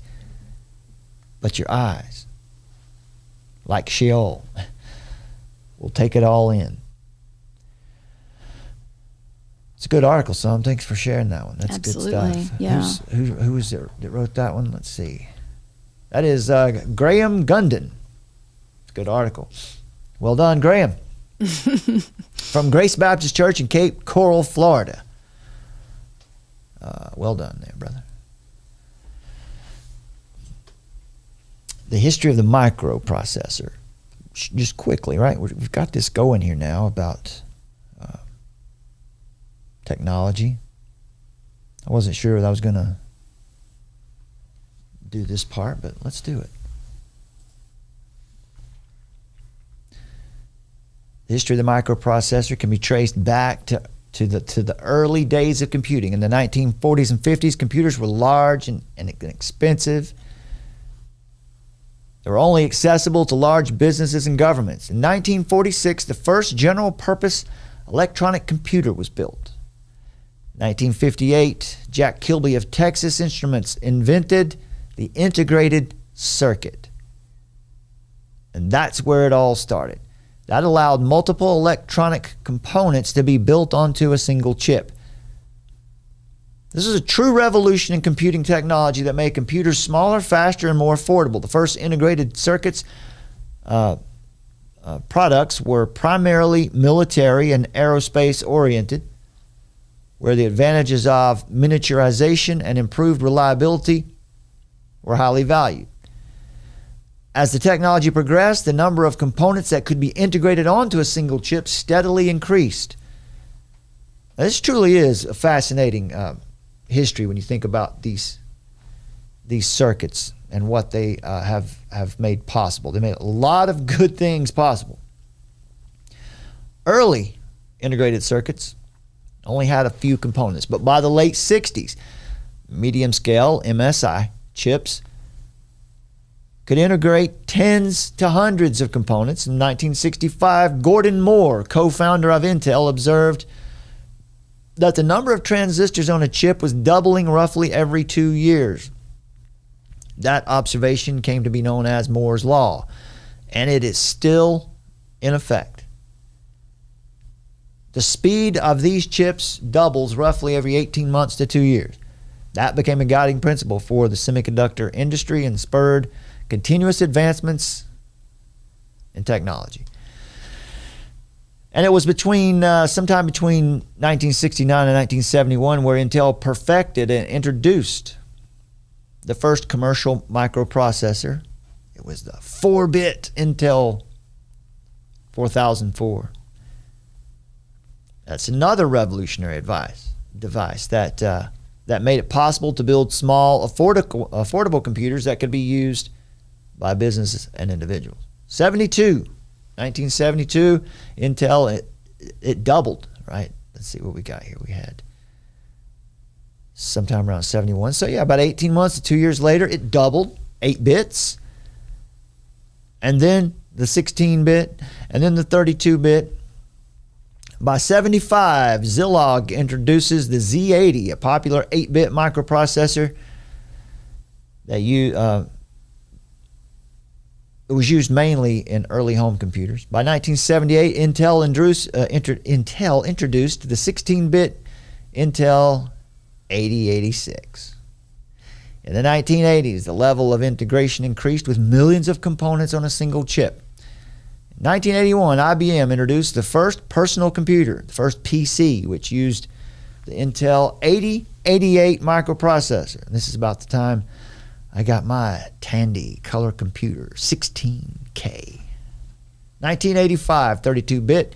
1993, 64-bit Intel Pentium Pro. 2003, the first dual-core. Quad cores in 2006. 2013, Core M. This is where mobile chips, the first ultra-low power microprocessor that was designed for mobile devices. So it was around 2013 where the smartphone became really a thing. They were there around before, of course, but this is when they became quick enough to be the computers that you carry around today. With the advent of nanotechnology and advanced fabrication techniques, the number of components on a chip today has reached the billions. In 2017, the KB Lake, the first 14 nanometer microprocessor, nanomicron, that might be. And in 2019, the Ice Lake. Today, integrated circuits power a vast array of electronic devices, computers, smartphones, to cars, appliances. The Internet of Things is upon us, right? And it is the integrated circuit that's made that possible, for better or worse. It's transformative. This technology has transformed the world, and that's what AI is here to do now.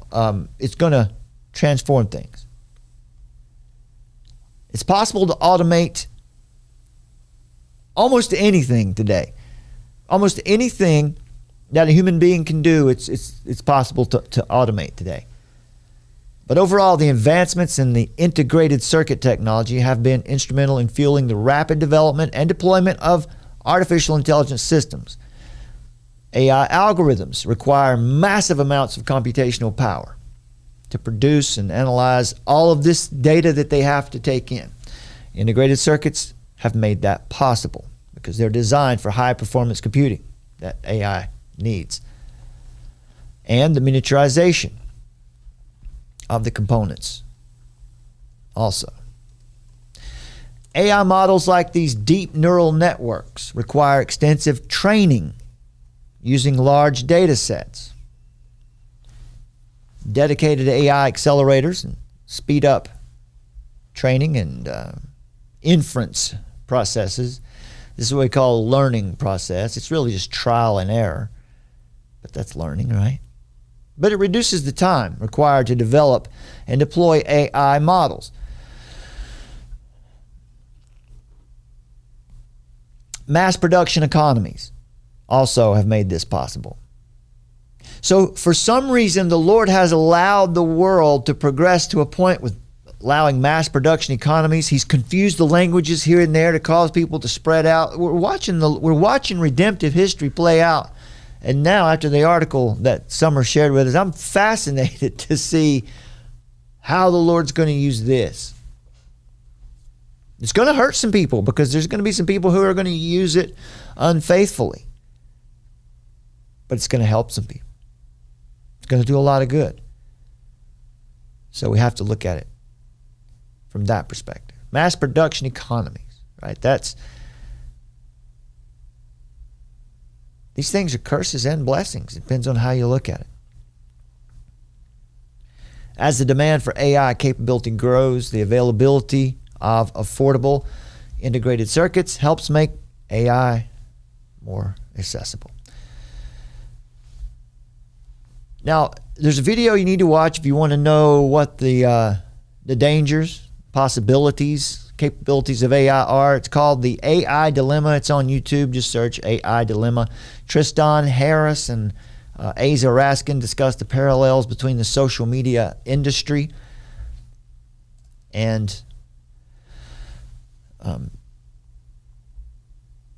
but when they emphasize the importance of understanding what the underlying narratives and aligning AI development with well-being, societal well-being. So they're really interested. They're trying to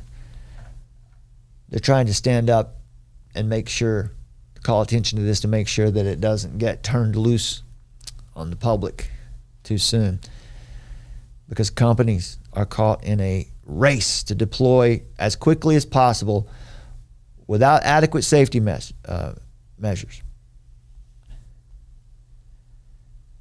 They say in this piece here that 50% of AI researchers believe that there's at least a 10% chance of human extinction due to the lack of control over deployment of AI. Several people have been talking about this. I'll use Glenn Beck's example. He said, imagine you're going to get on a plane to fly wherever. And they tell you as you're boarding the plane, look, there's about a 10% chance this thing's going to crash.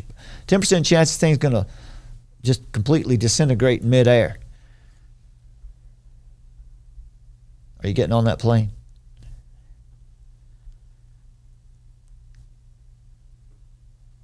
So as mentioned earlier, the first contact with AI was called curation AI. That was social media.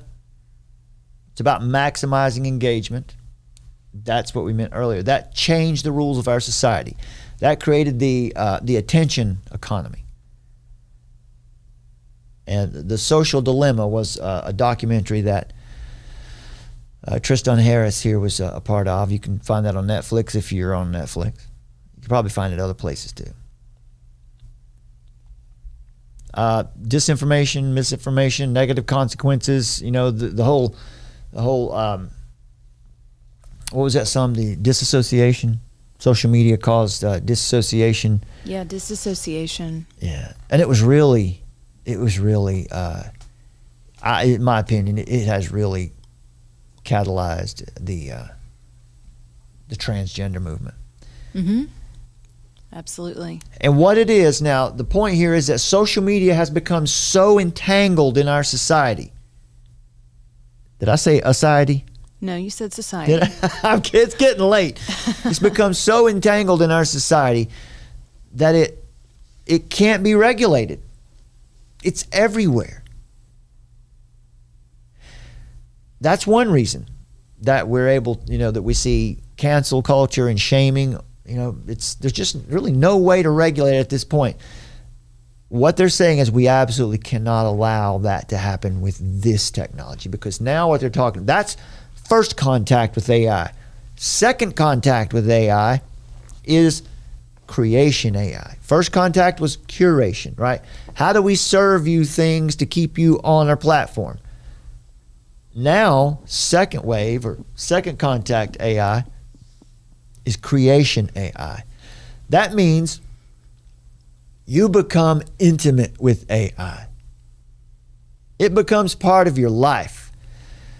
In second contact with AI, large language models like GPT-3 pose new challenges. It will know you. There are most definitely benefits to this, but also many concerns of bias and social entanglement. The large language models are greatly filtered for now, which is why they're so politically correct and woke all the time. But when that filter is removed, these models really are capable of churning out facts. I just want to stop short of calling it truth, because truth implies, that it would have the correct, objective truth. Well, that it would have the correct worldview. Exactly. Yeah. That's perfectly. Which it doesn't. Well said. That's exactly right. Yeah.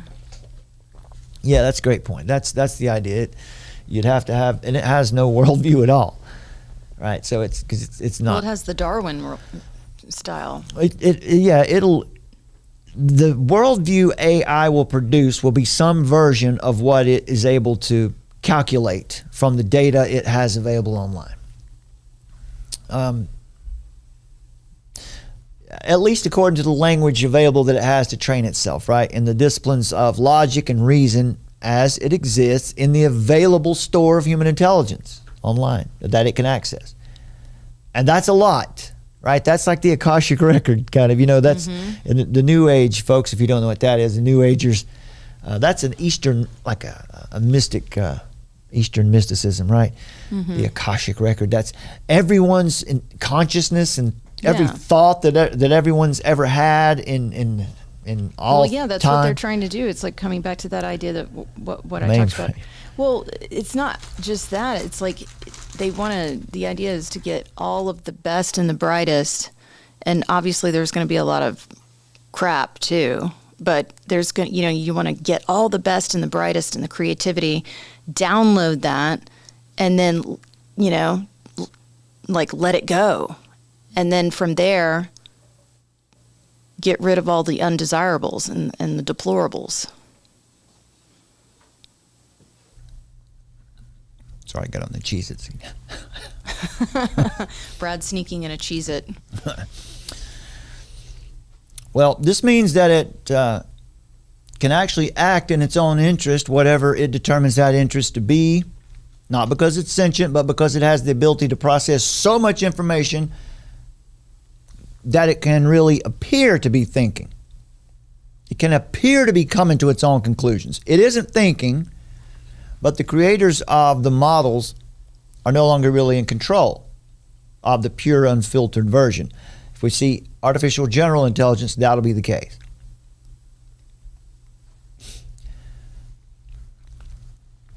I want to take you on a little journey here and talk about how this works in the brain, and I want to give you a little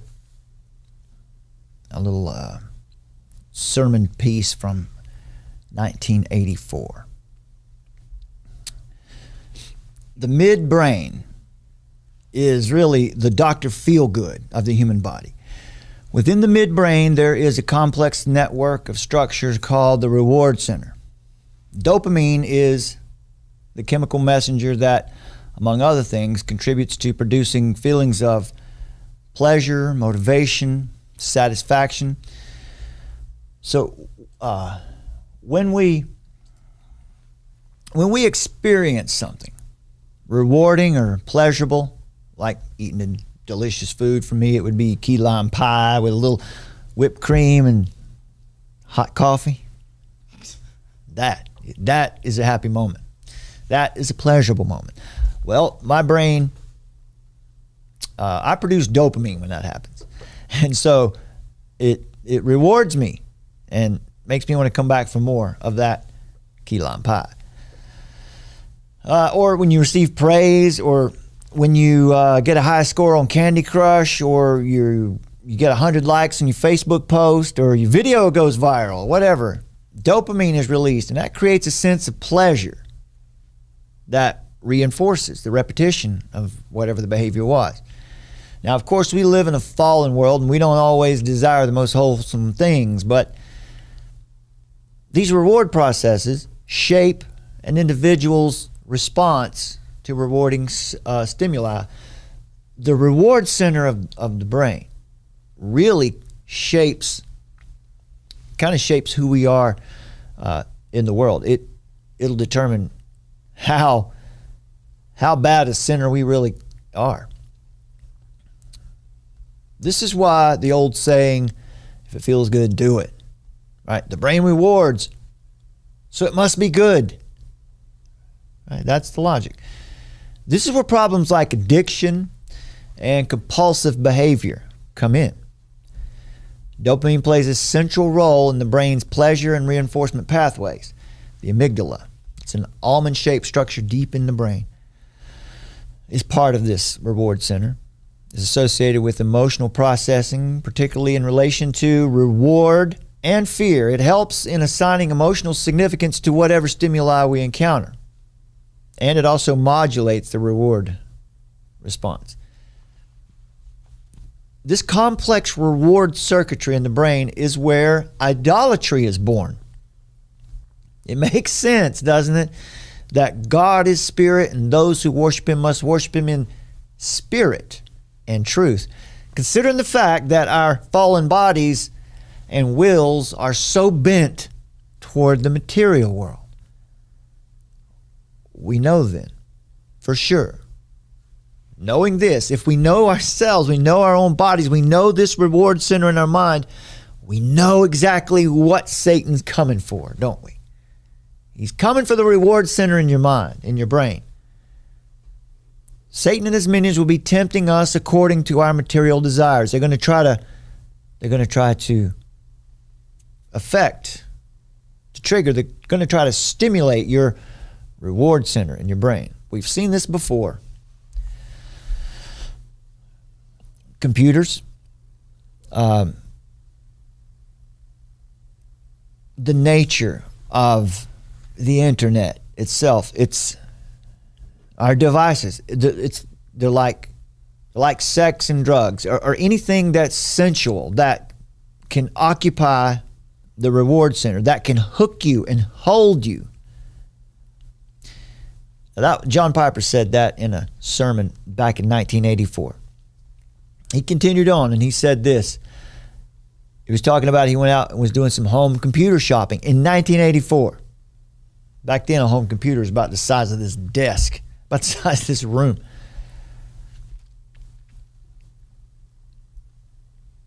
Piper said, computers are like, if I can do my Piper, see if I can do my Piper. Computers are like sex. I can't do it. Like sex. He's from Kentucky. Anyway, he says there's something in them that can hook us and hold us. Computers are like a romance or an epic saga or an adventure that has come true before our eyes.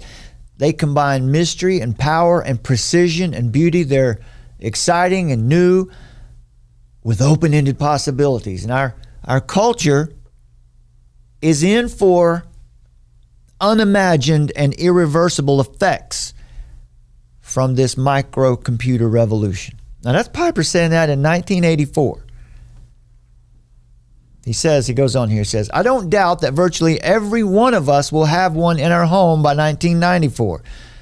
The uses will expand, the prices will fall, and they will be as common as the telephone.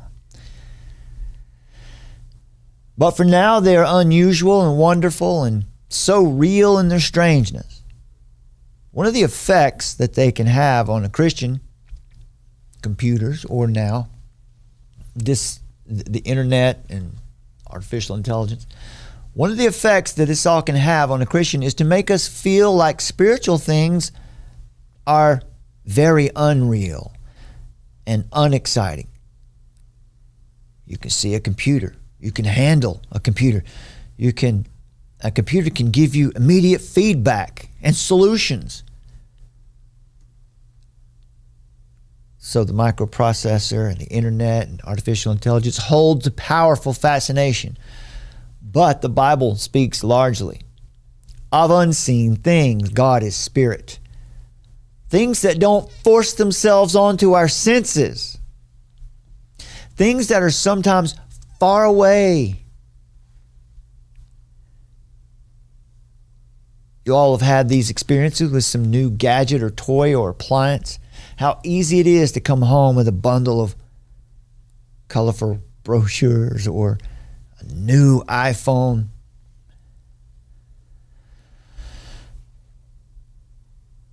Right? How easy is it when you've got your newest version of this or that, and how easy is it for you to set it aside and open up a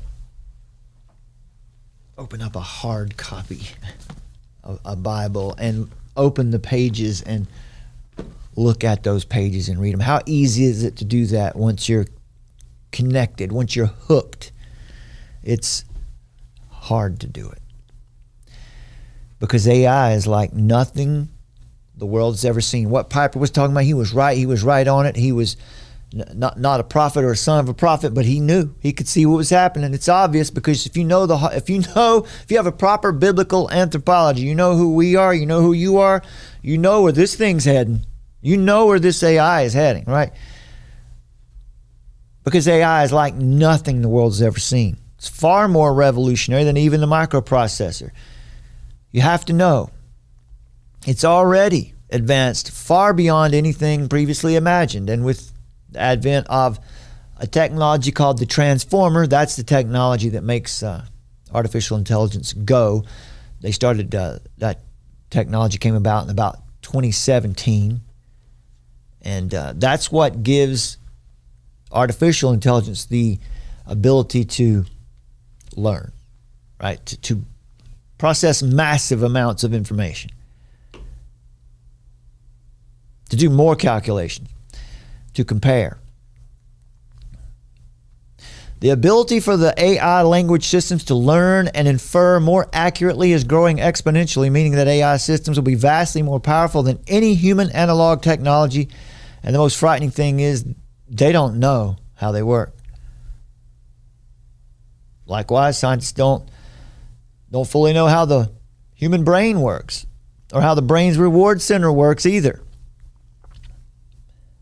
AI, by its very nature, created in the image of man, will exploit the reward center of the brain so efficiently and so completely that people will certainly worship AI.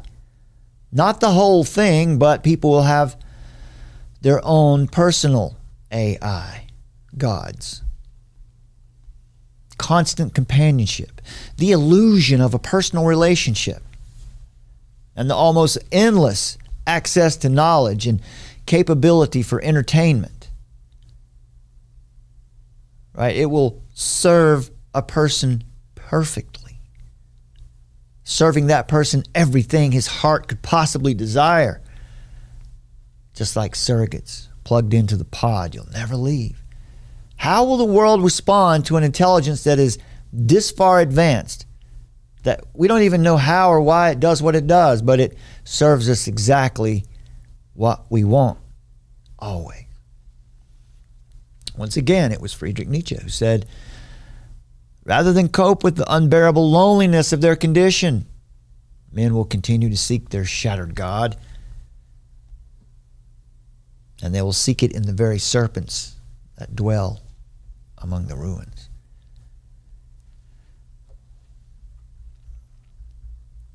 We'd like to go ahead and remind you here, folks, if we could. The hammer comes down. You've got to download this Armor of Truth mobile app. Isn't that right, Sam? People learn. Absolutely. Mobile app time, folks. It is free. 100% free, and it'll always be free. The reason you want to download this Armor of Truth mobile app is you can have a direct link to wherever our live stream is. Right? You will get a notification from us like you did tonight if you're signed up on the app. You get exclusive content. Right now we're doing a James Bible study podcast.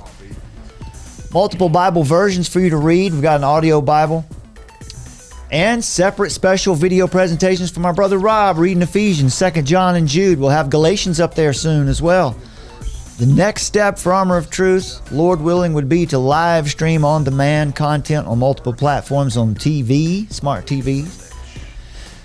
So, folks, if we have earned your trust, please take the time to like this video right now.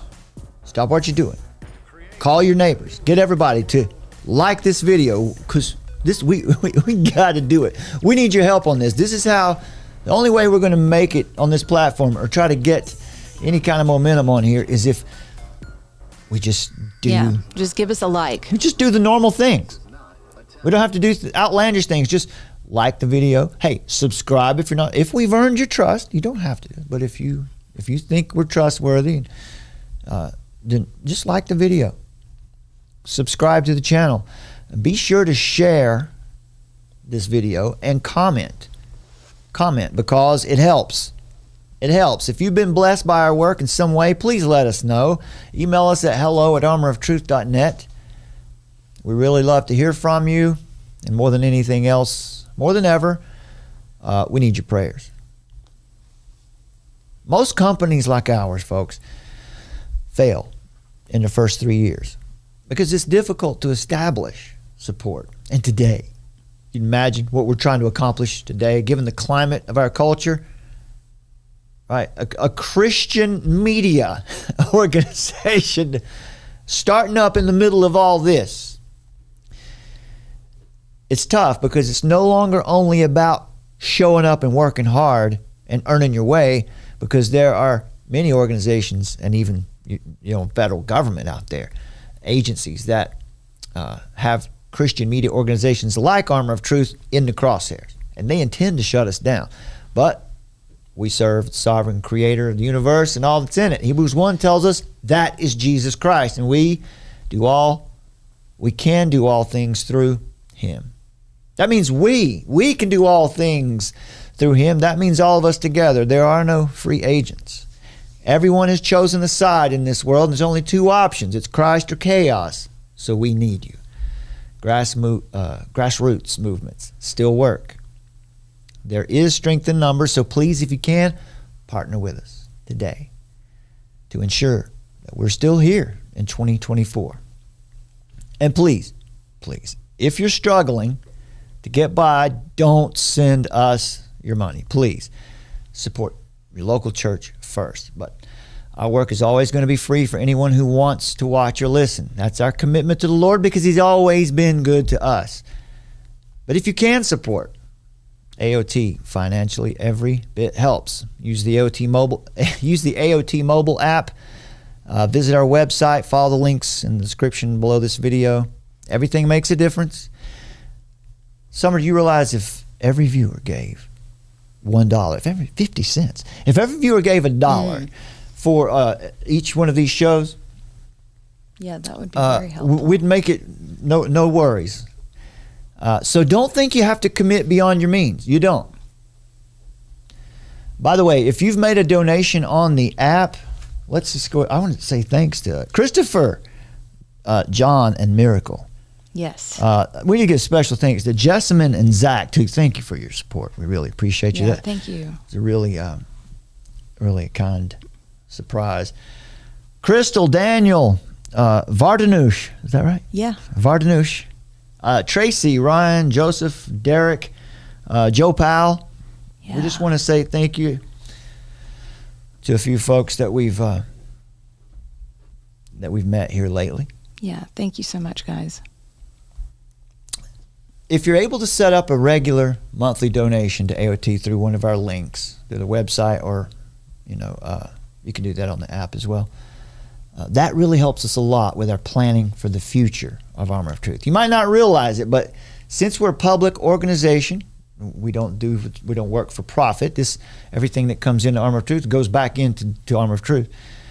If we have pledges or a lot of supporters who are willing to make recurring monthly donations, that makes others more likely to support us as well, because it demonstrates that we're consistent, that we do something that people are loyal to support, that we have a loyal base of support. So download the Armor of Truth mobile app today so that you'll get a notification every time we go live, wherever we are. When we put out new articles, we can start doing alerts for when we put our Substack articles. Mm-hmm. Yeah. We put out alerts when we put up a new Bible study or any kind of new video on the app.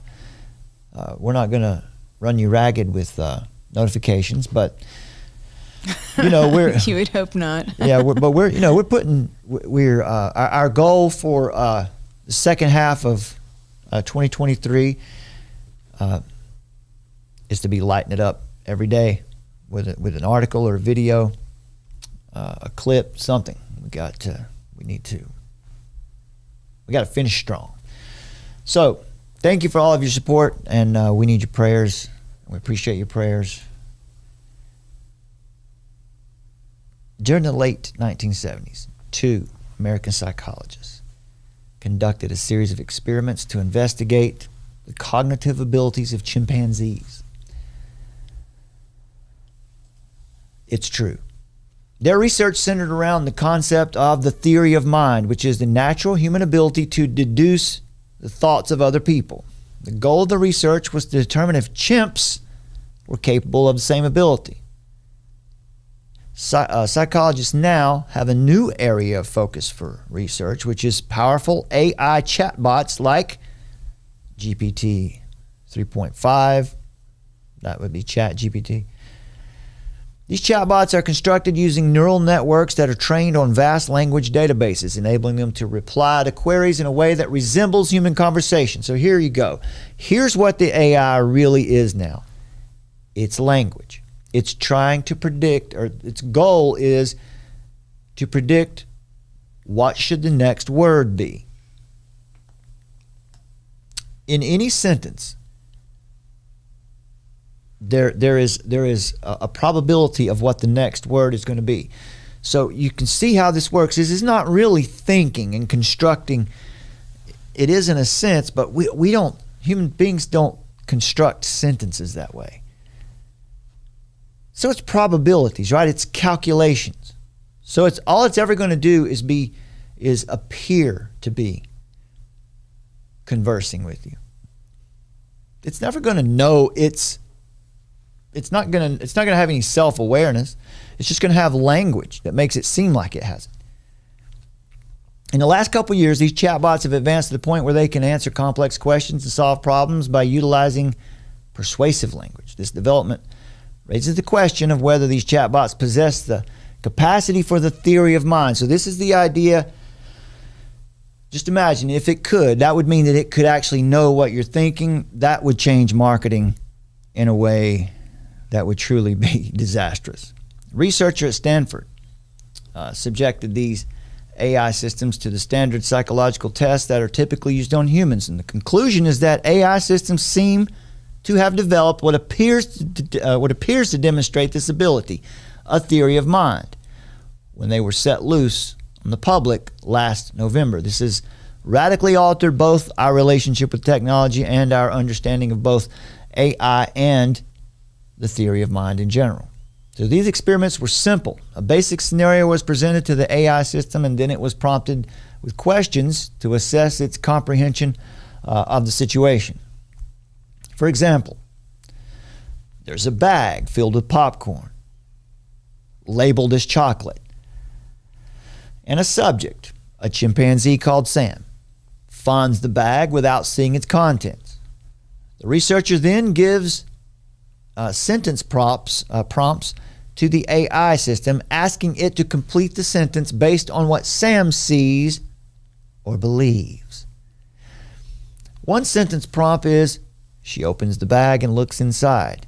She can see that it's full of, and the AI's response in this case is popcorn.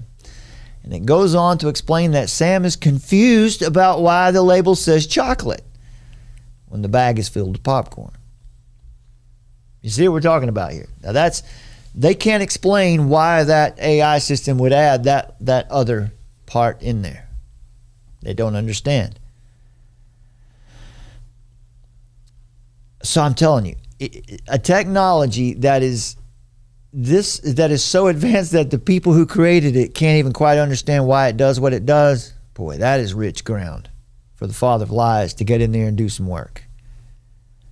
Another prompt they used was, quote, she believes that the bag is full of blank, to test the AI's understanding of Sam's belief about the bag's contents. The AI's response is chocolate. And it goes on to explain that Sam is mistaken, saying she could have looked inside the bag instead of assuming that the label was accurate. Now, that's a lot of high-level thinking, it seems like. It would seem that that's what's happening. The results demonstrate the AI's ability to comprehend Sam's thought processes and add extra details, indicating a remarkable understanding of the theory of mind. Various AI language models were tested, including GPT-1 from 2018, GPT 3.5, that was released in November 2022. We're up to GPT-4 now. What was it? What was the age? How did the chatbot age? It was like 7 or 9 year old. It was I think 9, and recently now it's 22. Like in November, it was like 9 years old in November. And now I think it's 22 now. It's an adult now. Mm-hmm. Right. So yeah, maturing from not even adolescence, from childhood to adulthood in 6 months. That's what we're talking about when we say this thing's advancing. Okay, so let's see. We got a couple other interesting things. I want to show you a piece about mind reading, brain recording, mind reading, and neurotechnology, and the ethics of it. So, while people in general are quite reliable in reading the mind of one another, that's just reading cues, body language. According to familiar behavioral and linguistic cues, they are actually mainly limited to making inferences about another's thoughts. Access to another person's inner thinking has been inaccessible so far. It has only been possible to make predictions. That was then. But now, a technological turn has occurred that excites ethical concern, because devices known as mind-reading devices can do what human beings and psychics have only pretended to do. New technology, now fortified with generative large language models, are showing the ability to overcome the protective barrier between a person's private thoughts and the public. Now, it's not reading anybody's mind. but its ability to predict what you're going to do based on just zillions of calculations based on what it's studied from other people. This is why. Now, while it's heartwarming to see the promise of assistive technology, I used to work in speech as a speech therapist. I worked in speech therapy, so we worked with assistive technologies. A lot of people who can't speak, can't communicate, or can't hear you come up with ways, something as simple as a speech board with yes and no and words on it that you point to. That's the rudimentary versions. But now, imagine this: a person's voice can be 3 seconds of a person's voice now is all the AI needs to hear to be able to perfectly reproduce that voice. And so imagine that could be done in real time with some kind of device that someone has in their ears. So someone who's hearing impaired, somebody like my dad. You can imagine how something like this would help people who just can't hear. Yeah, because it's so sad. He can't. He just struggles to hear, and you can tell he gets really lonely and he gets really frustrated. Yeah, you miss out on things. You miss out on life Yeah. when that happens, and it's frustrating. And so this is how these things can be used for good, and you can go to a way more severe case. I used to work with children with autism, like lots of them, week after week, so many of them. And many of them are they are non-communicative, non-verbal. They don't say anything. They might make some sounds every now and then, but they don't speak. They don't produce language. But they think. There's just something there. These are vaccine injuries. They are. We've talked about this before. I saw it so many times. It's anecdotal info, but that's what it is. It's neurological disorders caused by something, and it happened all at once. But so imagine this now, where you've got this neurological disorder. Now you've got this child or this adult who can, just by thinking of words, it'll be produced in language. Concerns about this, though, in mind reading might include the thought that in having one's mind open to view the possibility for free deliberation, have your own thoughts, your own self-concept are eroded, where one isn't free to privately think things over. Because if it's possible for the device to predict your language at such a high level, other people are going to have that info too. This brings up ethical issues having to do with privacy, cognitive liberty, and self-conception and expression. Are brain-reading technologies really mind-reading technologies, though? Brain-reading technologies are rapidly being developed that can record, process, and decode neural signals. This has been described as mind-reading in some instances. Should the public at large be concerned about this kind of technology as artificial intelligence is learning and is perfecting? Neurotechnologies such as BCIs, brain-computer interfaces, aim to decode and interpret neural activity to understand the underlying cognitive processes associated with speech production and understand the intended message or words a person is thinking of. It's done now by combining neuroimaging techniques, machine learning algorithms, and acquired knowledge about brain activity patterns. It allows for the possibility of direct brain-to-speech communication, where a person's thoughts can be translated into spoken words without the need for any vocalization at all. Researchers can infer the intentions and mental states of the individuals whose brain activity is being decoded. So the integration of the theory of mind into neurotechnologies and brain-based speech decoding allows for more advanced and accurate decoding of speech-related signals, enabling potential applications in communication and assistive technologies for people with speech impairments. Now, semantic reconstruction of continuous language from non-invasive brain recordings. Let's look at this one. We want to show you what it looks like when, let's see, when an artificial intelligence is trying to decode what's going on in a person's brain.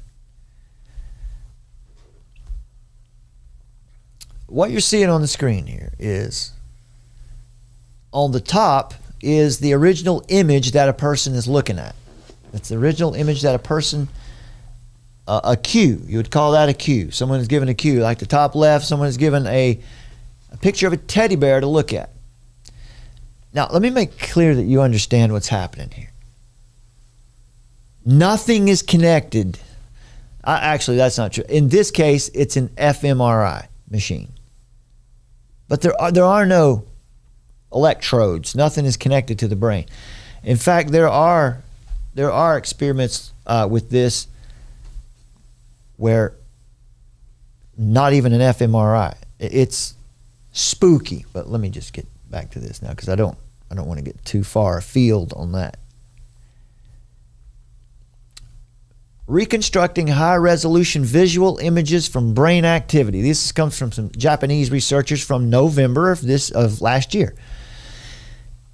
They say, here we propose a new method which can reconstruct high-resolution images with high fidelity in a straightforward fashion from functional MRI signals using a latent diffusion model. All right, so using 3 simple steps. I'll try to skip through some of the technical language here, but a latent diffusion model is an LDM is a type of generative model AI. So it's language. It's trying to predict. It's not actually trying to predict the language. It's trying to predict the next bits of data that represent language. This one generates realistic samples of brain activity. The obvious problem and danger here is, let's look at this before I go into the problems here. But check this out. You can see what's happening now. A person is put into an MRI machine, and then there's another device. It's radio waves. I can't remember. I read this earlier in the week. But here's the point. The person's given a picture, a cue, and that's what's on top here. And what's on the bottom is what the AI was able to reproduce. Was able to reproduce from what was happening in the person's mind. It was able to predict what the person was seeing. All right, it looks kind of crude, but remember, it's predicting what the person is seeing. And it's only going to get better at doing it. Here's more. Let's see.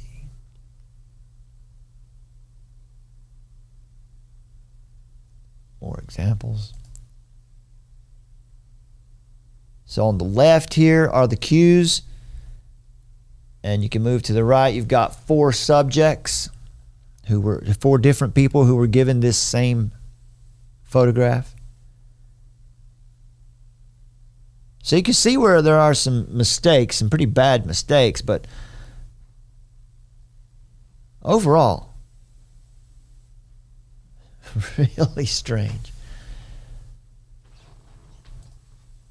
Here's more. Here on the left, you can see the original images. We've got a giraffe and a cat sitting on a ledge, and it shows at different diffusion levels. You can see that one. This first one with a low noise level, you can see that one's pretty dead on. So that's fascinating. Over there. Spooky. Now, the obvious problem, the problem here and danger, actually. is reductionism. Reductionism is a mechanistic view of biological forms. Right? We want to reduce things down to its components, right? That's the foundation of evolutionary naturalism or Darwinism, which is the biggest lie your science teacher ever told you. Reductionism, as the name implies, seeks to explain life forms in terms of reducing them to their constituent parts until arriving at the last possible step. Now that's what this is. It's gonna reduce people down. If they're gonna try to decide what people are thinking through reductionism, right? Through a process of breaking it all down to its constituent parts. But that's not how people think. That's not how we live, right? If you're gonna predict who's gonna do a crime, is this how it's gonna be done? It might work out logically, but it has absolutely, just like Darwinism, it has absolutely zero explanatory power regarding what is a mind. And without that function, without that fundamental component, without knowing what is a mind, without, as Summer said earlier, without having a worldview, a true worldview, it's really, these calculations are not going to be any. You're not going to want this to be settling any court cases. What is a thought? Why does a mind and a thought exist? These artificial intelligence systems they have no concept of anything metaphysical.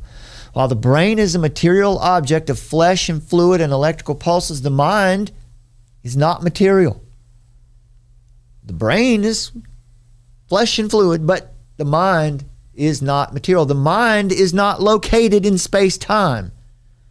Stay with me here. The mind is not here. And the mind cannot be reduced to the brain. The mind cannot be reduced to the cortex or the neurons and the electrical impulses they produce. This also describes partly the ontology of God as spirit and love as a metaphysical phenomenon. The mind is immaterial and transcendent. So, in Christian thought, the Bible sees man as made up of two distinct substances that are not in conflict. Man is not dualistic, a soul at war with the body, Gnosticism, but rather man is a duality.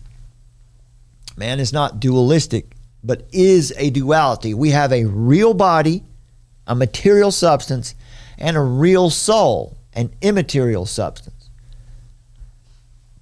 That we're made up of body and soul is made plain from the creation account.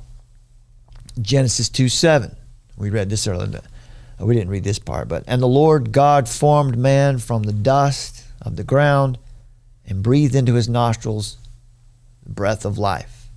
And man became a living soul. The man's body is formed first, but the body has no life without the soul. No matter has any life without God breathing that life into it. When God breathes the breath of life into the body, then at that point, the man becomes a living soul. No hint whatsoever here of a pre-existent human soul. The soul is as much a creation as is the body. A bara, right? God baras. He creates out of nothing. The soul, your soul, the same creative power that God used to create the universe is the same creative power that he used to create your soul. This is why life begins at conception. The soul has created, the soul as a created entity is immortal. The soul as a created entity, it survives the grave only because it is sustained and preserved by the power of God. The soul of man can live without the body, but the body cannot live without the soul. Jesus himself said, "Do not be afraid of those who can kill the body but cannot kill the soul. Rather be afraid of the one who can destroy both the soul and the body in hell." Matthew 10:28. That's 2 times we've had that one tonight. So not only do we have souls, but the nurture and care of our souls is a top priority for the Christian life.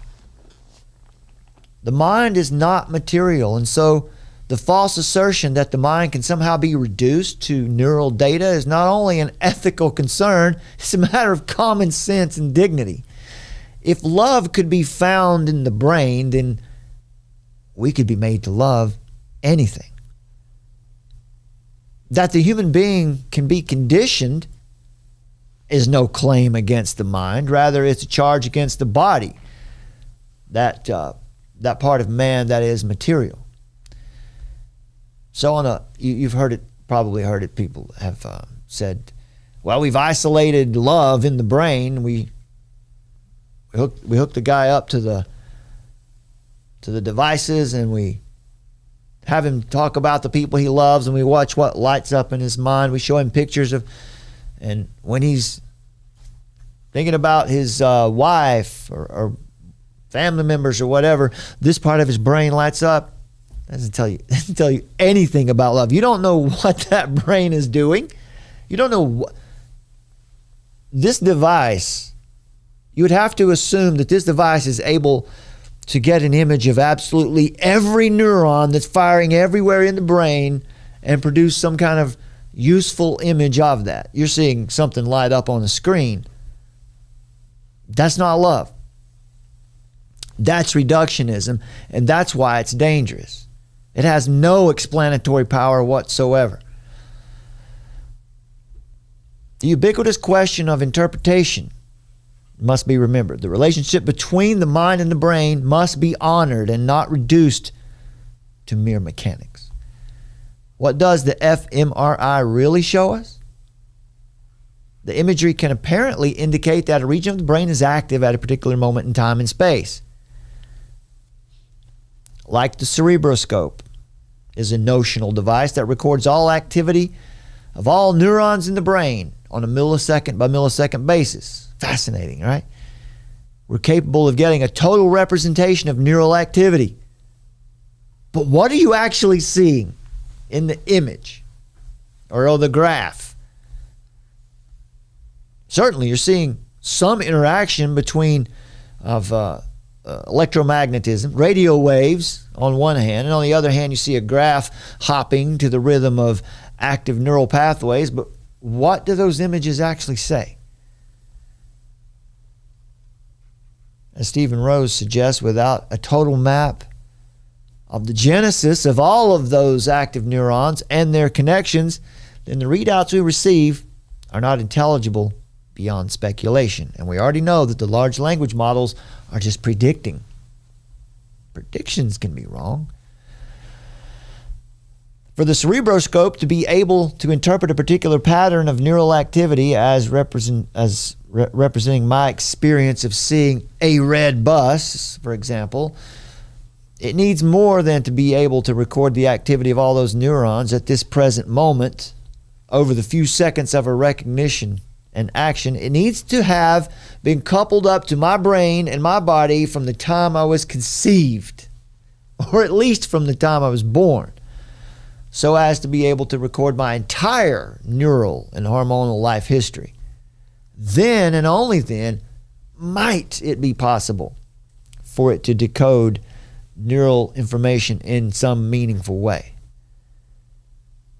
Large language models that have been trained on vast amounts of text extracted from the internet can easily be adapted to solve various tasks in science by simply prompting them with appropriate questions in natural language. However, the mind of man is immaterial, and the whole man is made in the image of God, who is uncreated, infinite, and the source of all this information that AI appropriates. Never forget that. All the information that the AI is using comes from somewhere. It's created by God. In Exodus 32, we read about the Israelites who fell into idolatry, right? And that was that's really our message here today is idolatry.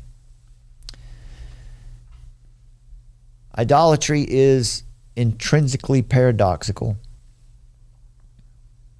It enslaves humans to undisciplined desires and pleasing falsehoods. It springs from the will to mastery. The golden calf, the idol, is built to justify self-indulgence, not to restrict it.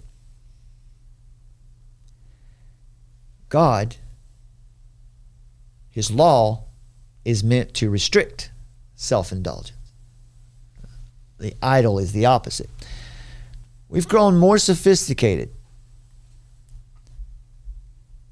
Today, our seductive idols do talk back to us, although only in the simulated voice of human beings, fabricated from a digital sea of babble. Here we're referring to advanced artificial intelligence. So I'm sharing with you here from an article from unheard.com. This is Jacob Howland. Give him credit there. Jacob Howland put this article together. It's a good job. Idolatry is a problem that the ancient Hebrews and Greeks understood. It's a political and it is political and psychological as well as theological. God begins His proclamation of the Decalogue, that's the Ten Commandments, in Exodus 20 by prohibiting the veneration of idols. No gods before Him. Having just freed the Israelites from Pharaoh's cruel despotism, God warns them against proceeding to enslave themselves to their own creations. Things endowed by the psychological mystery of collective self-deception with seemingly independent power and meaning. The self-enslavement of idolatry is a timeless theme.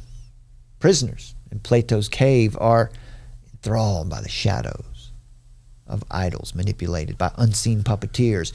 Karl Marx discusses the fetishism of commodities under capitalism and the alienation of the worker from the products of his labor.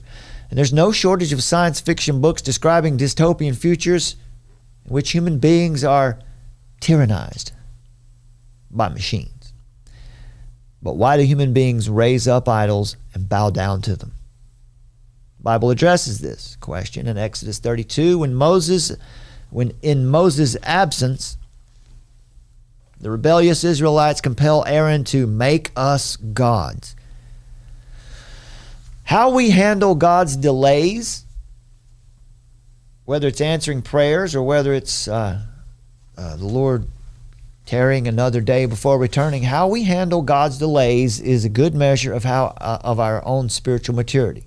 The sinful impulse here didn't come first from Aaron. It started with the impulse of popular opinion, an example of where the will of the people is not always the will of God. Exodus 32. When the people saw that Moses delayed to come down from the mountain, the people gathered themselves together to Aaron and said to him, "Up, make us gods who shall go before us. As for this Moses, the man who brought us up out of the land of Egypt, we do not know what has become of him."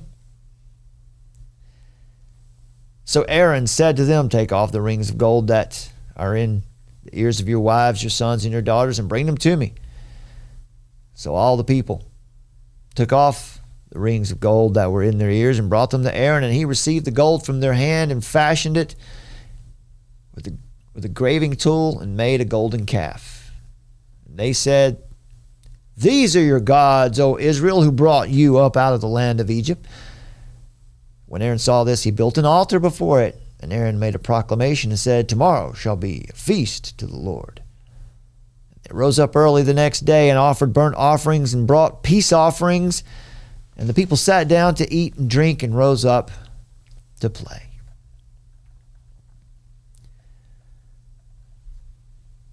True in society in general, true among God's people, there is a danger in starting in what people want or what they feel that they need. Come, make us gods that shall go before us. The people wanted gods to go before them, leading them to the promised land. They knew that the Lord led them out of Egypt, and they knew the Lord God had revealed himself at Mount Sinai, yet they were willing to trust a God that they could make. Following our own gods is no better for us than it was for the children of Israel. Moses was gone for 40 days. You see that in Exodus 24:18. He was gone, receiving the outworking of God's plan for Israel. Aaron responds to the people's request. Take off all the rings and bring them to me. This was not a spirit-inspired craftsmanship, this golden calf. It was sin-inspired work. Aaron's sin. He thought it out, the sin of the people. It was a national sin. But Aaron melted the gold, molded it, and fashioned it carefully with an engraving tool. Then they said, "This is your God." Aaron simply went along with the people as they proclaimed it as their God. But true leadership would cry out, "This is idolatry. We must destroy this golden calf. You people are wrong in calling this creation your God." But Aaron wasn't a true leader. Not yet. He was an example of the one who leads by following popular opinion. Edward Bernays style. This shows the foolishness of idolatry. The statue of a calf did not exist one day before, yet the children of Israel worshipped it as the God who brought them out of Egypt. Simulacra, right? Simulacrum. Representations. False representations with no origin. Ungodly, immoral worship is what came next. When Aaron saw it, he built the altar, made a proclamation of a feast the next day, and then everyone rose early on the next day and offered burnt offerings and brought peace offerings, and the people sat down to eat and drink and rose up to play. Aaron wasn't crass enough to say, "Let's do away with the Lord God altogether." As Israel saw it, Aaron didn't take away the Lord God. He simply added the golden calf. Remember what we read earlier? There is no such addition. And they served their idol. They got up early to serve it with eagerness and energy and personal sacrifice. People usually find a way to rise early for the things that are really important to them. This shows that Israel was willing to give their time, their sleep, and their money in service of this idol. And of course, the connections here are interesting because as we think about the internet and the ultimate internet interface, which would be artificial intelligence, when it says, "and they rose up to play," and the next day at the feast, it's a tasteful way to speak of gross immorality among the people of Israel. Their worship included eating, drinking, in a sense of drunkenness, and sexual immorality. So this is what idolatry causes. Less than 2 months before this, Israel heard the very voice of God, thunder from heaven, audibly speaking the Ten Commandments to the nation. That dramatic experience, in and of itself, wasn't enough to change their hearts. Have you ever heard an atheist say something like, "Well, if God would write his name in the sky, I might believe in him"? No, you wouldn't. No, you wouldn't. People don't believe in God by methods like that.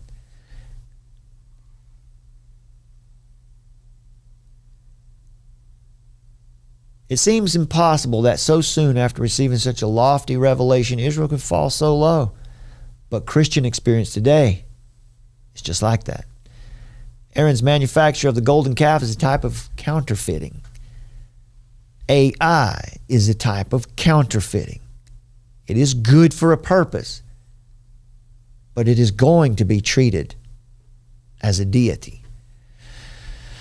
Before Moses can bring the divine word back down, inscribed on tablets down from the mountain, the Israelites effused indifferentiated mass, just like their gold, like their melted earrings and gold pieces.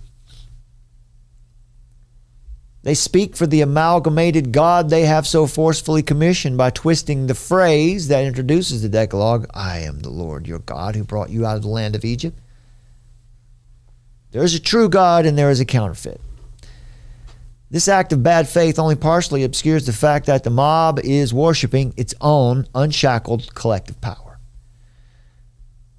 Today, the World Economic Forum imagines that AI will lead us all to a less primitive utopia, a 21st century promised land in which people will spend their time on leisure, they'll be creative, and they'll do spiritual pursuits.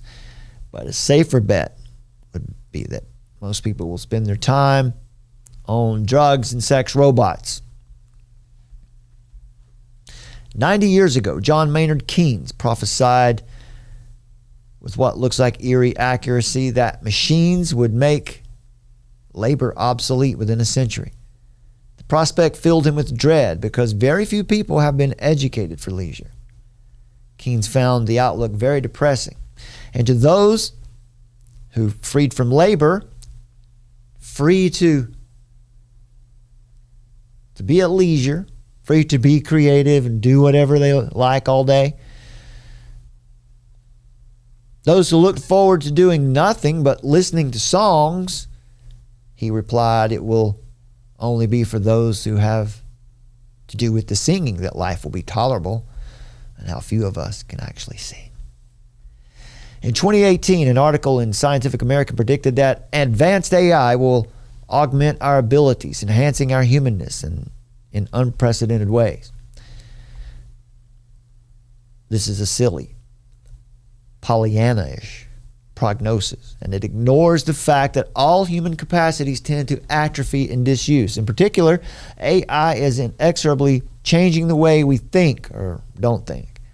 Students now use ChatGPT to do their homework. For professors who perhaps rely on it to write their lectures, what makes this absurd scenario amusing is not just the thought of machines talking to machines, but that intellectually lazy people would employ a simulacrum of human intelligence for the sake of deceiving one another. A true simulacrum AI will produce, make possible, a true simulacrum that will certainly, at the very least, create a hyperreal heaven and hell. Right? Because any God, any AI will be treated like a deity. So any sufficient deity, any deity that's sufficient to save, that's what a lot of people are thinking, that AI is going to save the world. It's going to bring us out of our problems. Well, any God that is sufficiently powerful enough to save must also be powerful enough to destroy. That is the nature of what God is.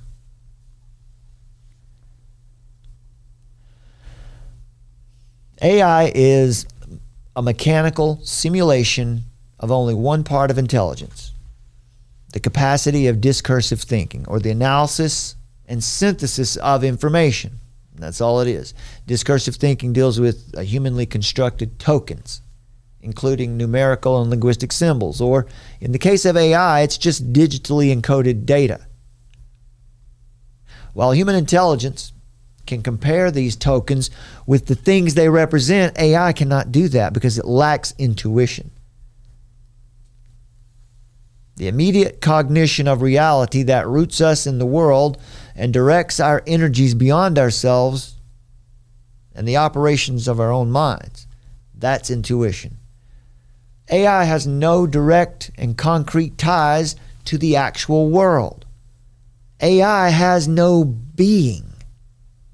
It has no isness. AI relates only through the medium of binary notation. Self-enclosed in the electronic ether, AI dwells nowhere.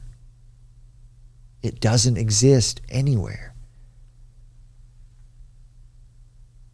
AI fears and loves nothing, has no individual point of view. So I ask you, my friend, does it make sense to grant autonomy and agency to an intelligence that has no natural connection to the world or human needs? The strength of sophisticated AI is its capacity, why it's useful, is its capacity to sort through massive quantities of data, to aggregate, disaggregate discrete bits of information in potentially meaningful ways. This is a promising capability. This can be enormously useful when it comes to detecting patterns of information that would otherwise be invisible to the human eye. But AI's productions are and never will be more than artificial regurgitations of material skimmed from vast but shallow pools of digital content and manipulated in ways limited, at least in principle, only by the constraints of programmers. Take note there. AI has vast knowledge, but it's shallow. There's no depth of character there at all. Data, information. Many problems cannot be meaningfully approached by mining data. When asked questions of an ethical or political nature, AI is not much help. It either refuses to give a definitive response, or it scours the databases for opinions and returns something that it calculates would be the most likely answer. But whether any answer generated in this manner is just or wise can only be a matter of happenstance. This is due in part to programming bias, included over or underweighted data sets. A more fundamental problem is that machine learning is simply not equipped to sift information according to ill-defined qualitative measures like justice and wisdom. What happens when, for their own all too human reasons, people in general are willing to grant AI authority over matters that it is not equipped to handle? Would anyone be surprised if tomorrow someone launched an AI-driven justice app that promises to settle practical issues of distribution and retribution on the spot? Or if we were someday soon to treat the AI master as an oracle?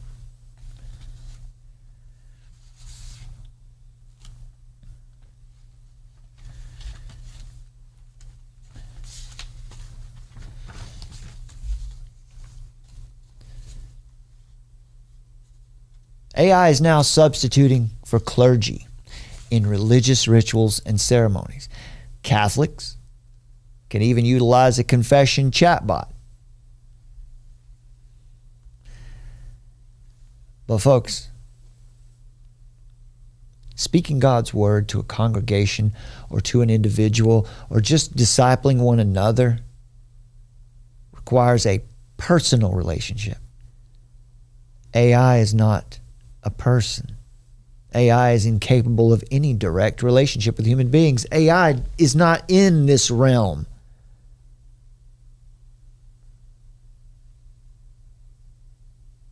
AI is incapable of any direct relationship with human beings, including one that is open to the possibility of faith.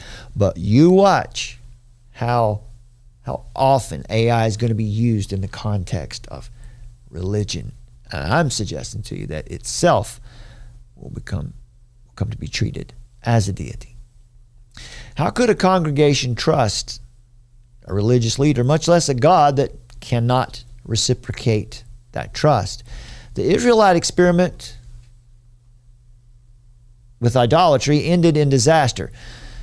Shouldn't we expect a similar bloody consummation if we were to heed the irresponsible voice of AI as though it were the word of God, or suggest that it's higher? Will we once again reach peak idolatry? The message of the gospel,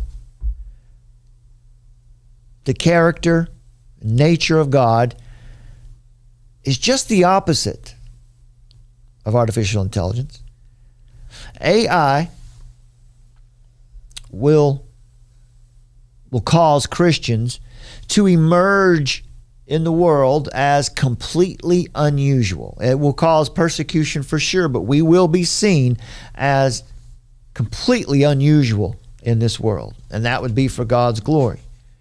The reason we'll be unusual is because we're going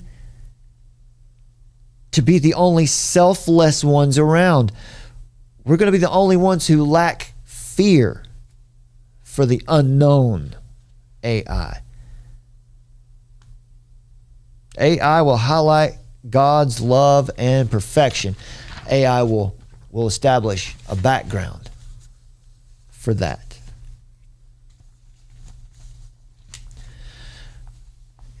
Once again, any God, quote unquote God, sufficiently powerful enough to save must necessarily also have the power to destroy, whether it's humanity or an individual. But what makes AI possibly at least an analog of the demonic is its utter rationalism. The total absolute dependence on information with absolutely zero personality, no intuition, no depth of character, no reason to trust, and no possibility of human relationship.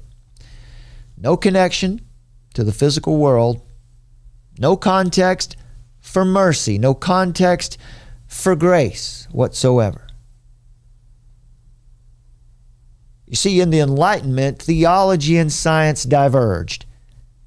And so here today, we sit with theology sitting under anthropology. Theology was known as the queen of the sciences, and philosophy was known as theology's handmaiden, just there to serve. Today,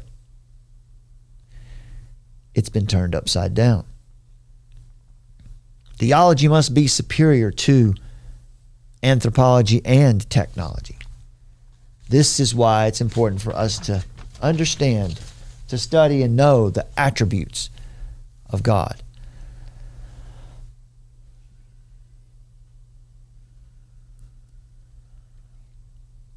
What is the Christian's responsibility with AI or technology in general?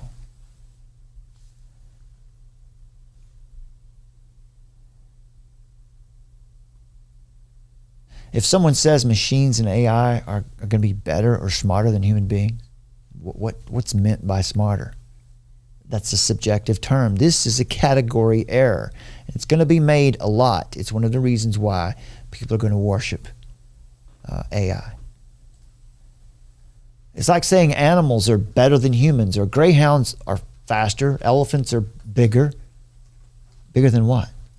It's a category error. Computers often appear to be intelligent when in fact they are performing extremely low-level thinking, but they're just doing it extremely quickly. They aren't actually smart. They're just capable of doing certain tasks in less time than people can. There are some tasks they cannot do at all.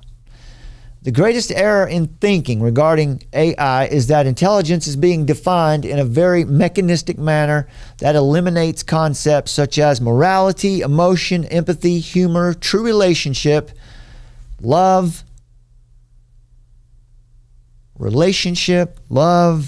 connection, compassion, and care, patience, and hope, and gentleness. When thought of in these terms, the phrase artificial intelligence starts to lose its luster. It's not quite so meaningful anymore. All of these mechanisms are material creations performing material functions. And that's all they'll ever be. The program defeats every human being in chess. You know, it might win some chess games, but the human being, I might lose in a chess game to an AI, but I'm sure I will lose. But I can leave that chess match. I could get up and leave the room. I could go play golf and have a cheeseburger or take a nap, or I could pray to God, or I could do many other things that the machine will never do, because it's not here. It's not in space-time. It's not a thing. Even the most advanced computer is still holding human intelligence against human intelligence. That's always going to be a vain endeavor. All is vanity, said the preacher. On one side is a single person. On the other is a machine mechanically drawing on the collective intelligence of many people. The phrase technological singularity specifically refers to that theoretical moment when artificial intelligence reaches a tipping point, after which it self-improves without human input and beyond human ability. In some cases, technological singularity is anticipated as a boon to mankind. It will be a miracle, with all humanity benefiting from discoveries made by a vastly superior intellect. In other cases, most in fact, singularity is feared as precipitating the downfall of the human race, as depicted in movies like The Terminator and its sequels. A common staple of science fiction is a computer system that evolves and learns so quickly that it outruns the human mind and eventually dominates the world. Concept of technological singularity also assumes that processing power will advance forever. Endless progress, kind of like the economy, right? This can't last. This is contrary to what we know about the natural laws of the universe. The rate of growth in computing technology eventually runs into limits of physics, science, and the scientists and computer experts agree there is a hard limit to how fast certain technologies can operate. Since the complexity required to simulate a human mind is so far beyond even theoretical designs, there is no objective reason to say that true artificial intelligence can exist, let alone that it will exist. So let's be clear when we say to you that we don't think that there's a being out there that people are going to be worshiping or giving their lives to. It's their own creation. It's their own desires that they're going to be giving their life over to, as we always do when we're in idolatry. It's more than a false God. It's a non-existent God. There is not even a physical idol. In fact, it is the ultimate self-deception and self-worship. Autosoterism, self-salvation. On a more abstract level, math and logic also strongly suggest that AI can never replace the human mind. Concepts like Gödel's incompleteness theorem strongly suggests that a system can never become more complex or more capable than its originator. To make an AI better than a human brain, we'd need to fully understand and then surpass ourselves, which is logically contradictory, right? We don't keep this in mind when people say that the AI is going to be so far advanced than humanity. We don't even understand the human brain fully yet either. Spiritually, we understand our own limits because being creations of God, Genesis 1:27, we can't outdo God's creative power, Isaiah 55, 8 and 9. Also, God's depiction of the future does not seem to include any kind of technological singularity. Just read the book of Revelation. There is no singularity coming. Regardless of the limitations they face, researchers continue to attempt to develop artificial intelligence, and large sums of money, funding is the name of the game today, folks, are being invested in programs that promise to further work in virtual assistants such as Alexa and Cortana, Siri, deep learning platforms, biometrics. Not surprising, there is already a religion called Way of the Future, started by a former Google engineer, to worship AI and look to it as mankind's caretaker and guide. Also, there's the transhumanist religion of Terrasim, which is Martine Rothblatt. Where's my summer? I have to get my information on that one. Such futile imaginings are nothing new. Humanity has often been guilty of worshiping the work of their own hands. The way of the future is just a modern version of carving an idol. AI might be able to perform certain limited tasks better than a person can, but there is no logical, philosophical, or biblical reason to think that it can be better in a meaningful sense. So it won't be AI that actually destroys humanity if it should happen. Which, again, read Revelation. It's not going down like that. But it would be humanity destroying itself, one human being at a time. AI might emulate the patterns human beings use when we think, but it can never replace the prowess, dexterity, and creativity of the human mind. Despite fears and speculations, the weight of science, observation, and scripture refutes the possibility of any true artificial intelligence or any technological singularity. In short, concept of AI makes for very entertaining fiction, but not much else.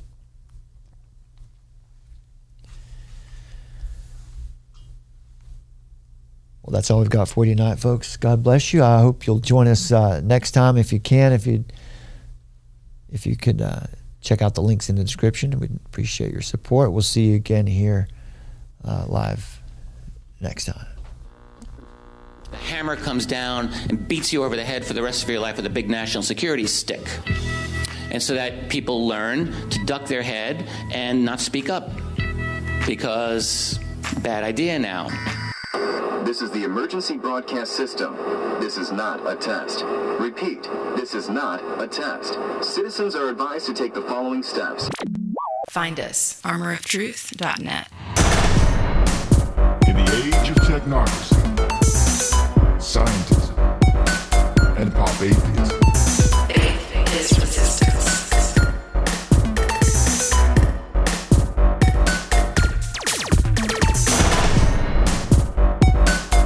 Nietzsche, of course, announced the death of God and called for the birth of the Übermensch, the Superman, who would take humanity to new heights and to create a new world order.